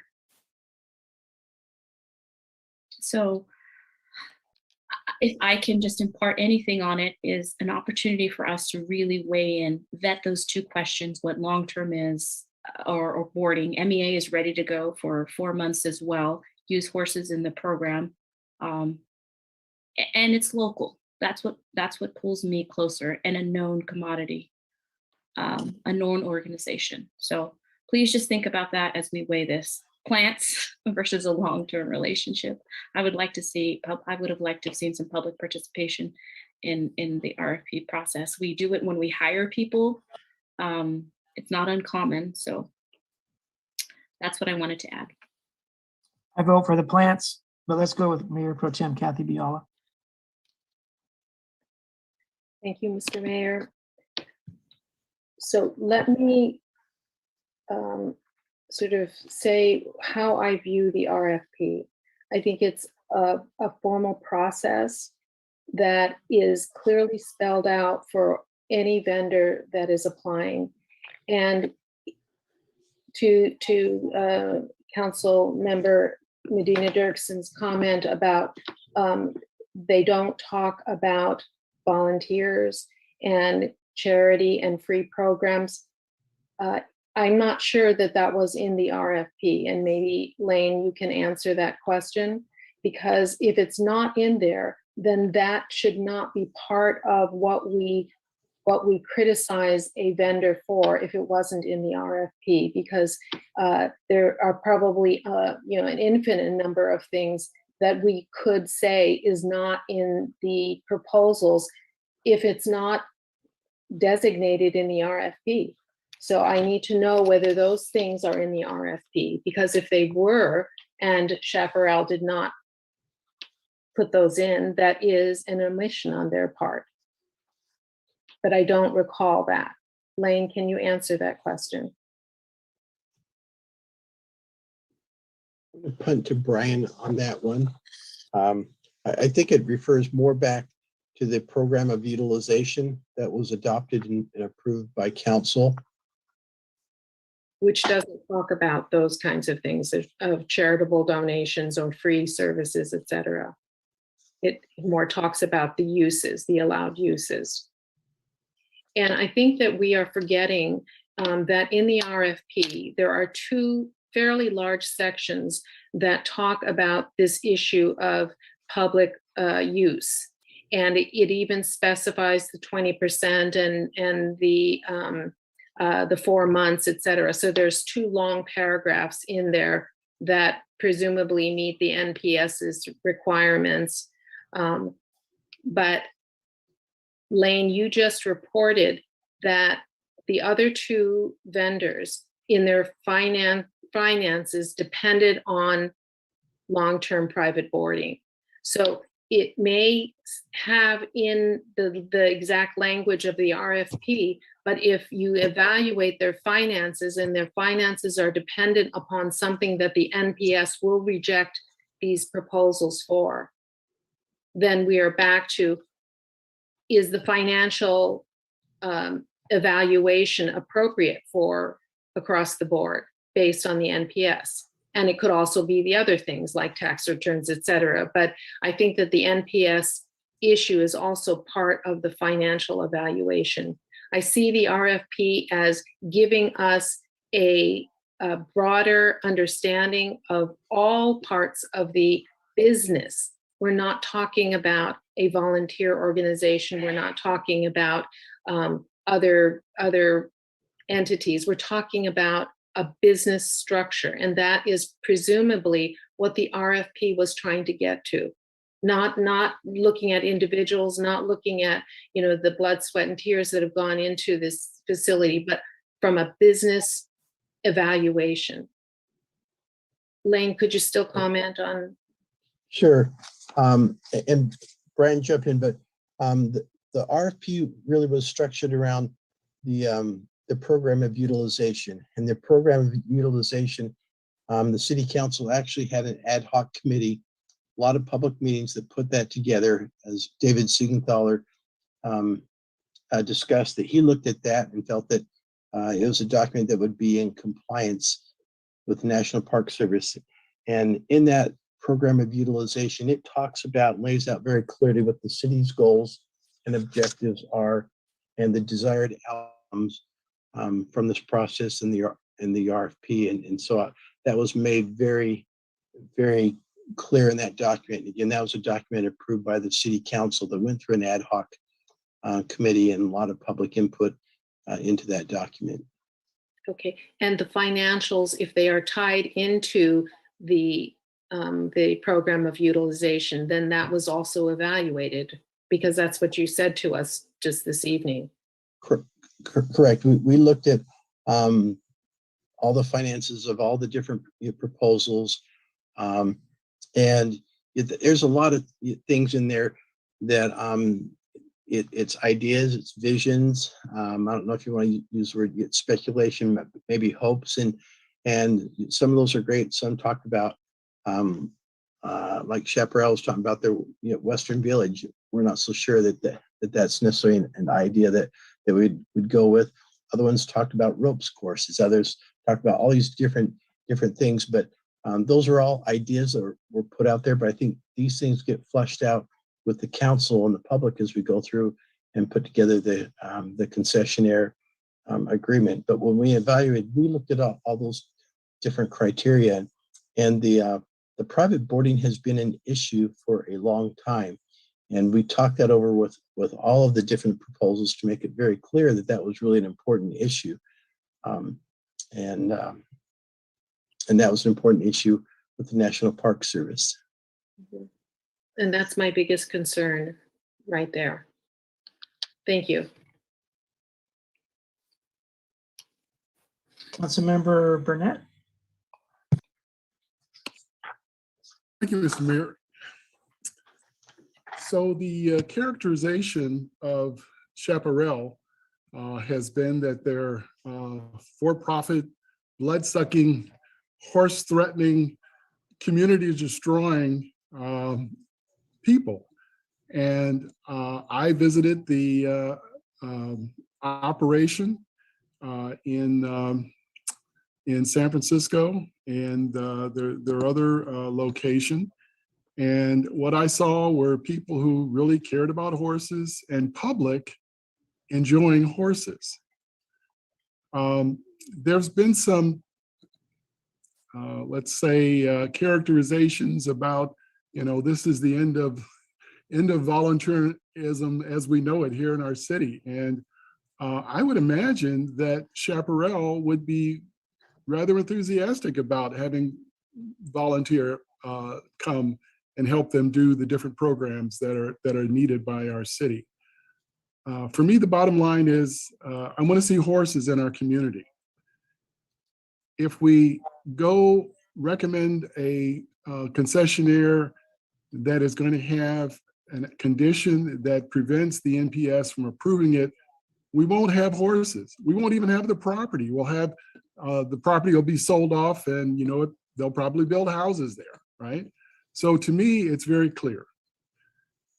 If we want to keep horses in our community, if we want to keep the volunteer community that has been built up and has contributed so much to our city, and really contributes not just to the MEC, but to many things around our town, the choice is clear. We should accept staff's recommendation.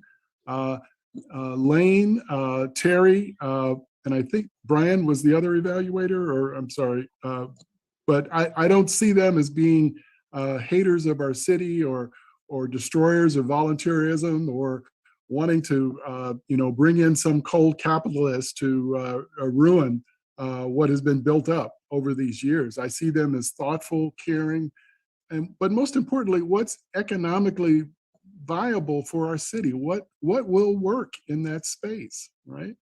So I think the choice is clear. We will have a long discussion about what the concessionaire can do and cannot do. We will have public input on that.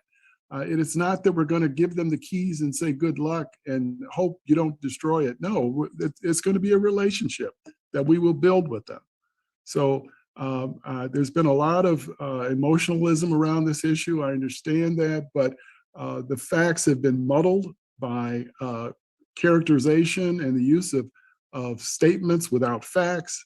The clear fact is, if we don't do this, if we don't go with staff recommendations, we will lose horses in our community. Those are my comments. Councilmember Berkeley? I'd like to call for the question, please. That would call for the question requires a second. Is there a second? Second. Can we have a roll call vote, please? And a Anita? vote. Thank you, Bob.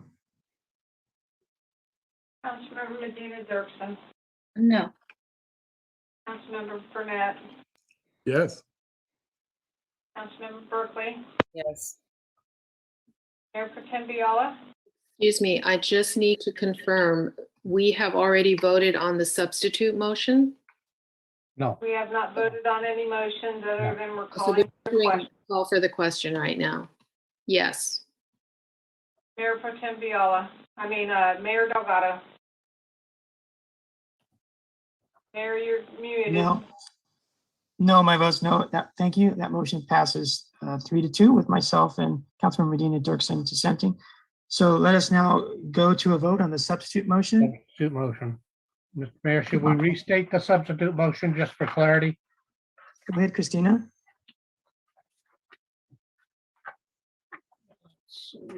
Perhaps I can get some help, but I remember the Yes, let me go gist back of to it that. was, Go ahead, Bob. Let's just I'm get it once. trying to find, gotta go back a few pages here, Mr. Mayor. You gotta bear with me. I can try and restate it from memory, but if you'd like it. Go ahead, Christina. My motion was to direct us. Okay, go ahead, Mr. Rathi. Let me see here.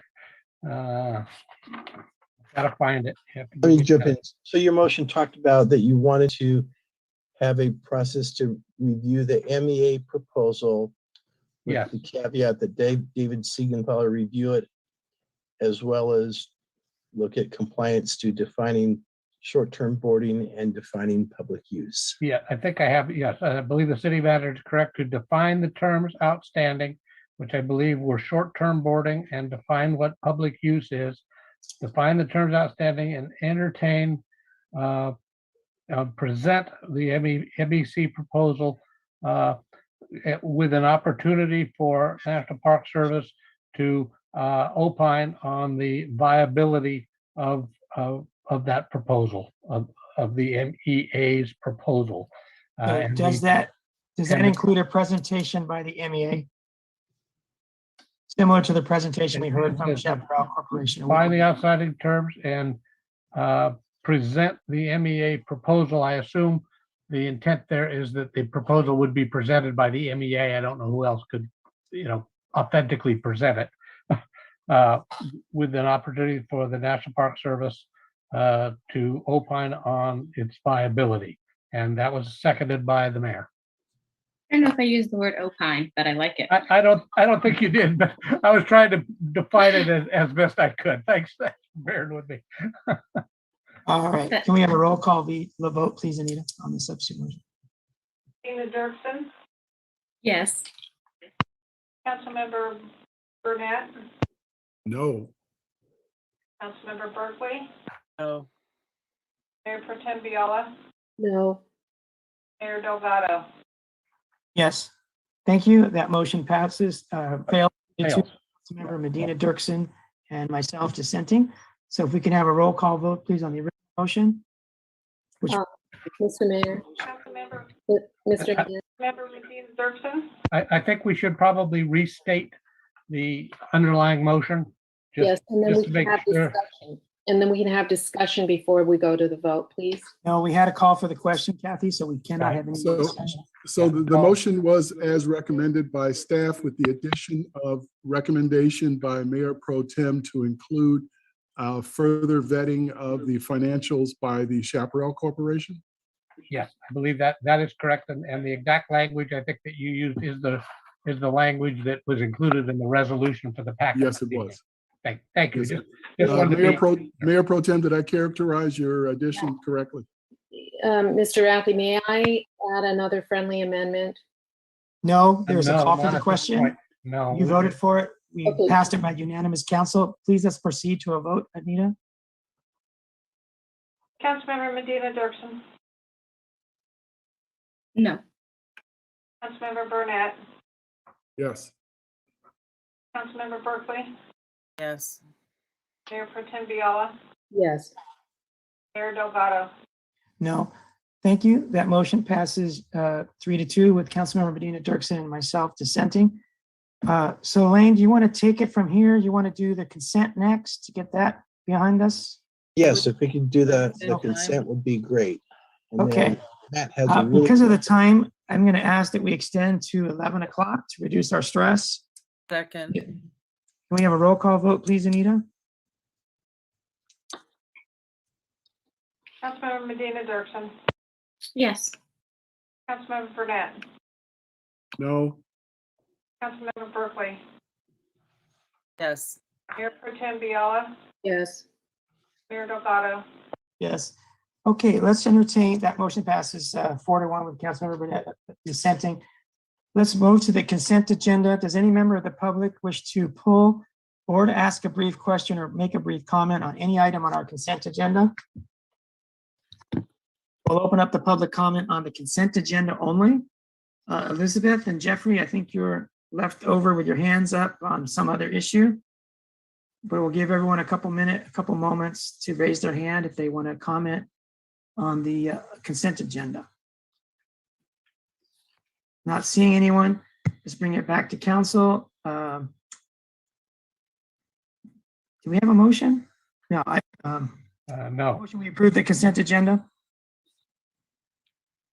Motion to approve. Second. There was I think the mayor made a motion to approve. The motion has been made by Councilmember Burnett, seconded. Okay. Okay. Can we have a roll call vote, please, Anita? Councilmember Burnett, Yes. Councilmember Medina Dirksen, Yes. Councilmember Berkeley, Yes. Mayor Pro Tem Viola, Yes. Mayor Delgado. Yes. That motion passes unanimously.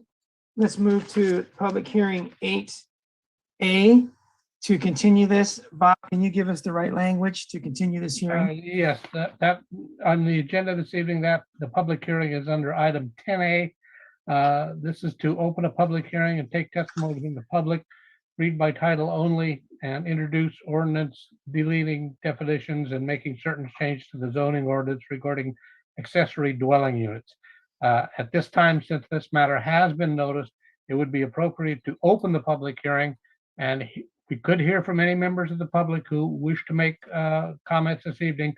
However, we would recommend that this public hearing be continued to a date certain, which would be your meeting on September 21, and people who made comments tonight would not be able to make comments at that time. Thank you, Bob. We'll open the public hearing at this time. Does anyone want to comment tonight instead of when we reopen this as a continuing, instead of when we continue this to the next available meeting? Open up public comment for a couple of moments here.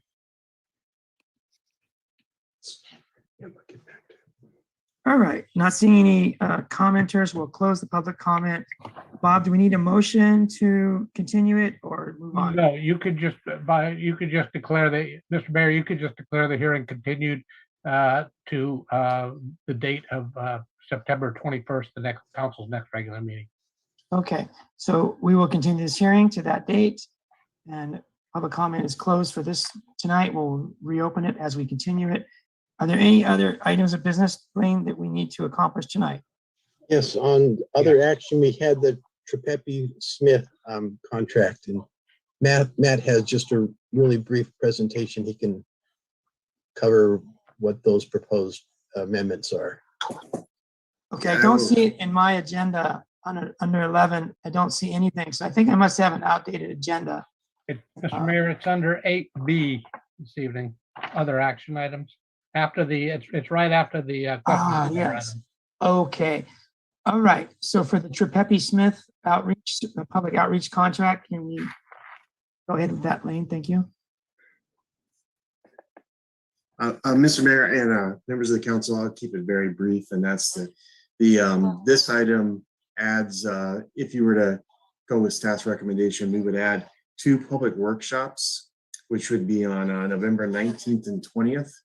And those would be times for the public to sit with the consultant team and staff and to really get some direct feedback and make the public kind of the center of those evenings.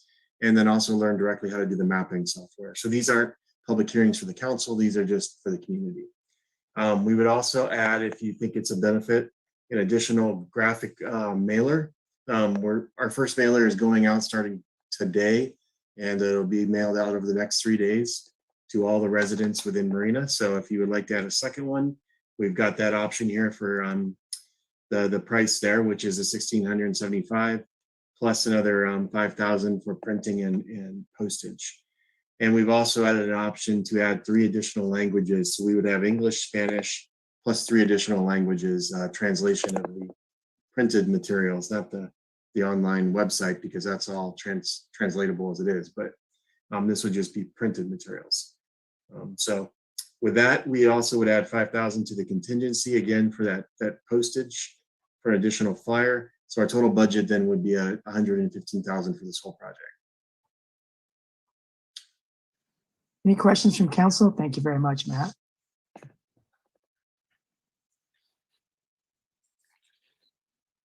Thank you, Mr. Mayor. I have a couple of quick questions. Matt, is there any way to judge the effectiveness of the the outreach to date? Any way to any feedback you've gotten? Not direct feedback. However, we do have some of the metrics through our Facebook and our Nextdoor accounts, and we see that we don't have a tremendous engagement so far in Facebook. We are doing some boosts, so we're spending a few $100s here and there to get it to a wider section of our community. But it is a challenge, to get people engaged and wanting to. But from what I understand, I'm working with the outreach team who does this all the time. Is we're really not going to get tremendous traction until we start looking at maps. Once we start looking at maps, people are going to be a lot more excited about this process.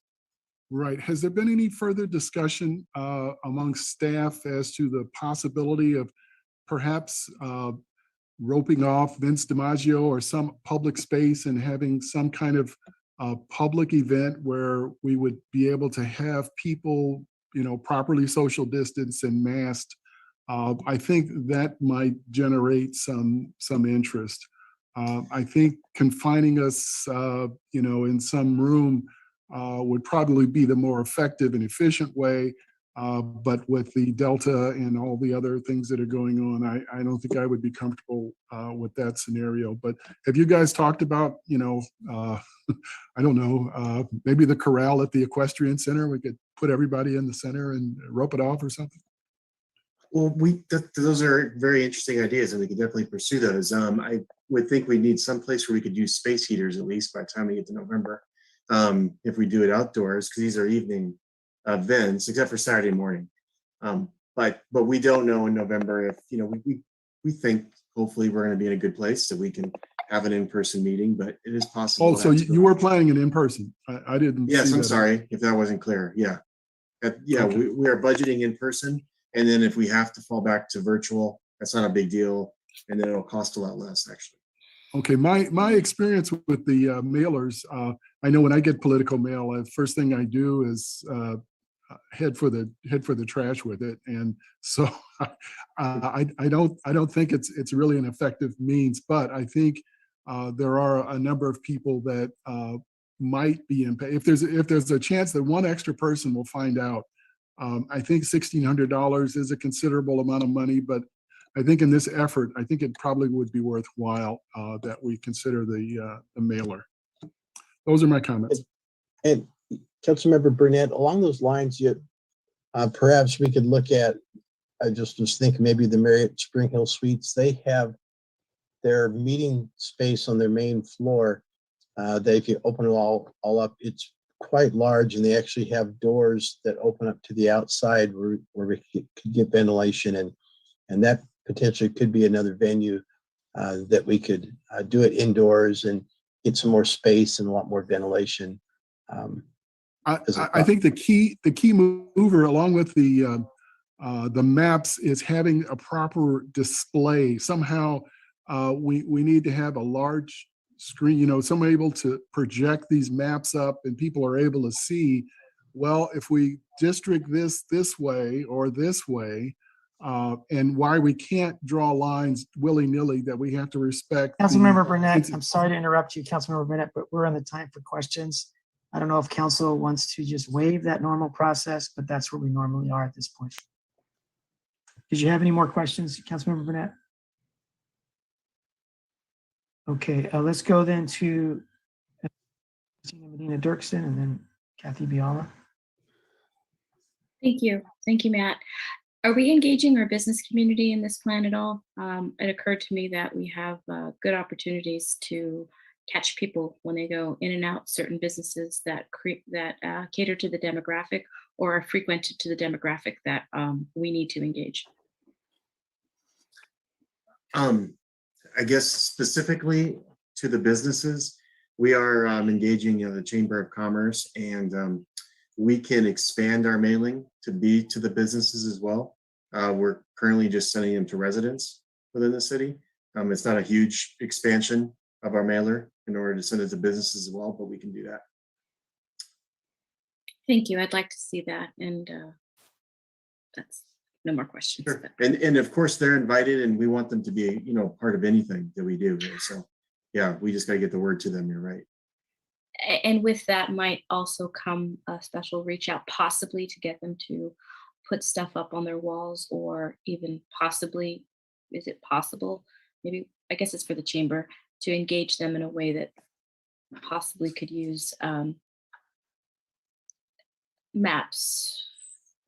I have some ideas which maybe I could pursue a little bit later, but just it occurred to me that we could use our business community to possibly put Christina, maps I'm out. sorry to interrupt you, Christina, but would you like to restate your question?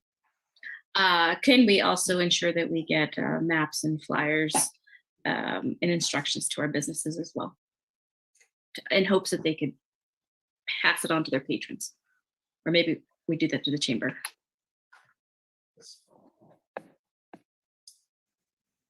Does someone want to answer that question or have it restated? I'm sorry. Yes, we can certainly do that. Yeah, we can get flyers to the businesses. We can also email electronic versions of it directly to the businesses that we have in our HCL business license database. Thank you. So we'll expand as much as we can. I'll think of different ideas. One last question. I noted that, yes, I've seen some information on workshops on social media, particularly Facebook, but do you happen to know if it's going on other channels? Do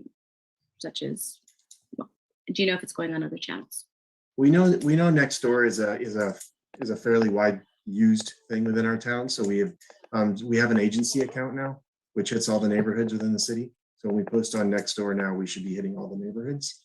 In addition to that, we are doing, so we have a city Facebook page, a police department Facebook page, and then recreation Facebook pages. We're also sending it out to the school district to put out through their parent square to all the parents within the community. So we're trying as many avenues as possible to get to the different people. But I think in terms of our electronic means, that's probably about the extent of it right now. Does the city have Twitter? No. Not currently. We can look into that. I'm not sure the geographic, I guess it probably works the same, the geographic use of Twitter. Okay, just a reminder, we extended to 11 o'clock. Let's go to Councilmember Kathy Biala. Thank you, Mr. Mayor. So it looks like we have 3 additional languages. Could we save a little money if we just say we're in addition to English and Spanish, we just need Vietnamese and Korean? I don't know what another 3rd language would be, but I just hate to waste money if we can prevent that. And also, who vets the language on these flyers? Because my concern is, especially for a non-English. Kathy, it's not the time for comments or concerns, but did you have 2 questions? Or just... Yes. Who vets the flyer language for the non-English speaking languages?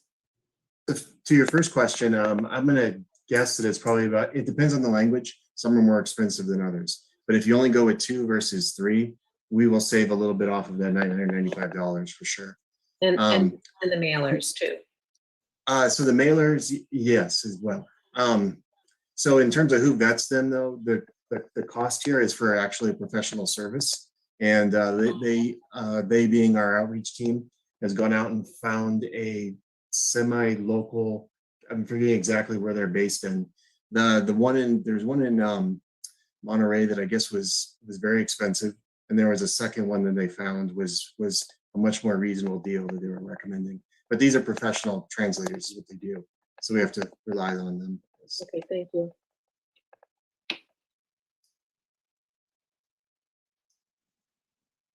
It sounds like someone's doing Morse code in the background. So if you can mute ourselves when we're not talking. Did you get your questions answered, Kathy? Yes. Okay, then I think we can proceed. Do we have a motion on the floor? Motion to approve staff recommendation. Second. Can we have a roll call vote, please? Oh, let's go to the public. Does any member of the public wish to comment on this redistricting? Give everyone a couple of moments. I think a moment is like 7 seconds. They ask for a moment of silence in a baseball game. It's about that. Okay, there's one. Let's go to Paula. Yes, I would just like to say that I don't think it's necessary. It's an unusual expense to go out and do flyers to each business. It seems to me that the Chamber of Commerce is what's appropriate. I realize you're trying to reach all the citizens, but to do a special mailing or distribution to individual businesses seems to be an unnecessary expense. Thank you. Thank you, Paula. Okay, coming back to the council. I would agree that an individual business mailer would seem to be a little bit much. David, you were a little bit cut off, but you also had some comments earlier. Oh, I was just gonna weigh in on the comment, the public comment. I would also agree that individual mailers to businesses probably not appropriate at this time. Okay, can we have Christina Medina Dirksen, then Mayor Protem Viola. I think I just want to clarify, I wasn't asking for a special one to the businesses. Just to make sure that they were included in, I guess we work through the chamber to follow up with ensuring they're involved. So when we do mailers, they go to every postal address, is that correct, including businesses? It depends on the one, and this one we did not choose businesses because they're not voters typically. They might live in town and then they do their residence. All right. Councilmember Medina Dirksen, did you have anything else at this time? I'm sorry, no. Okay, let's go to a roll call vote then, please. Anita? Okay, and the motion and second is to approve the resolution approving amendment number 1 with the agreement with Trifecta Smith, I believe. Yes, yes. I can read it if that's required. No, that's fine. I just thought this late hour is probably always good to kind of restate. We should probably try to get into that habit as a regular habit, I think might help us in our conduct of meetings. Thank you, Anita. Councilmember Medina Dirksen, Yes. Councilmember Burnett, Yes.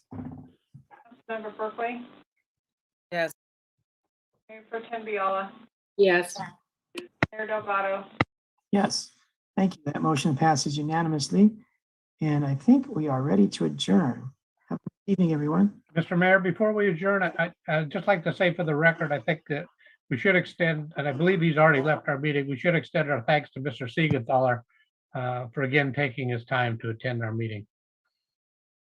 Just to have that on the record.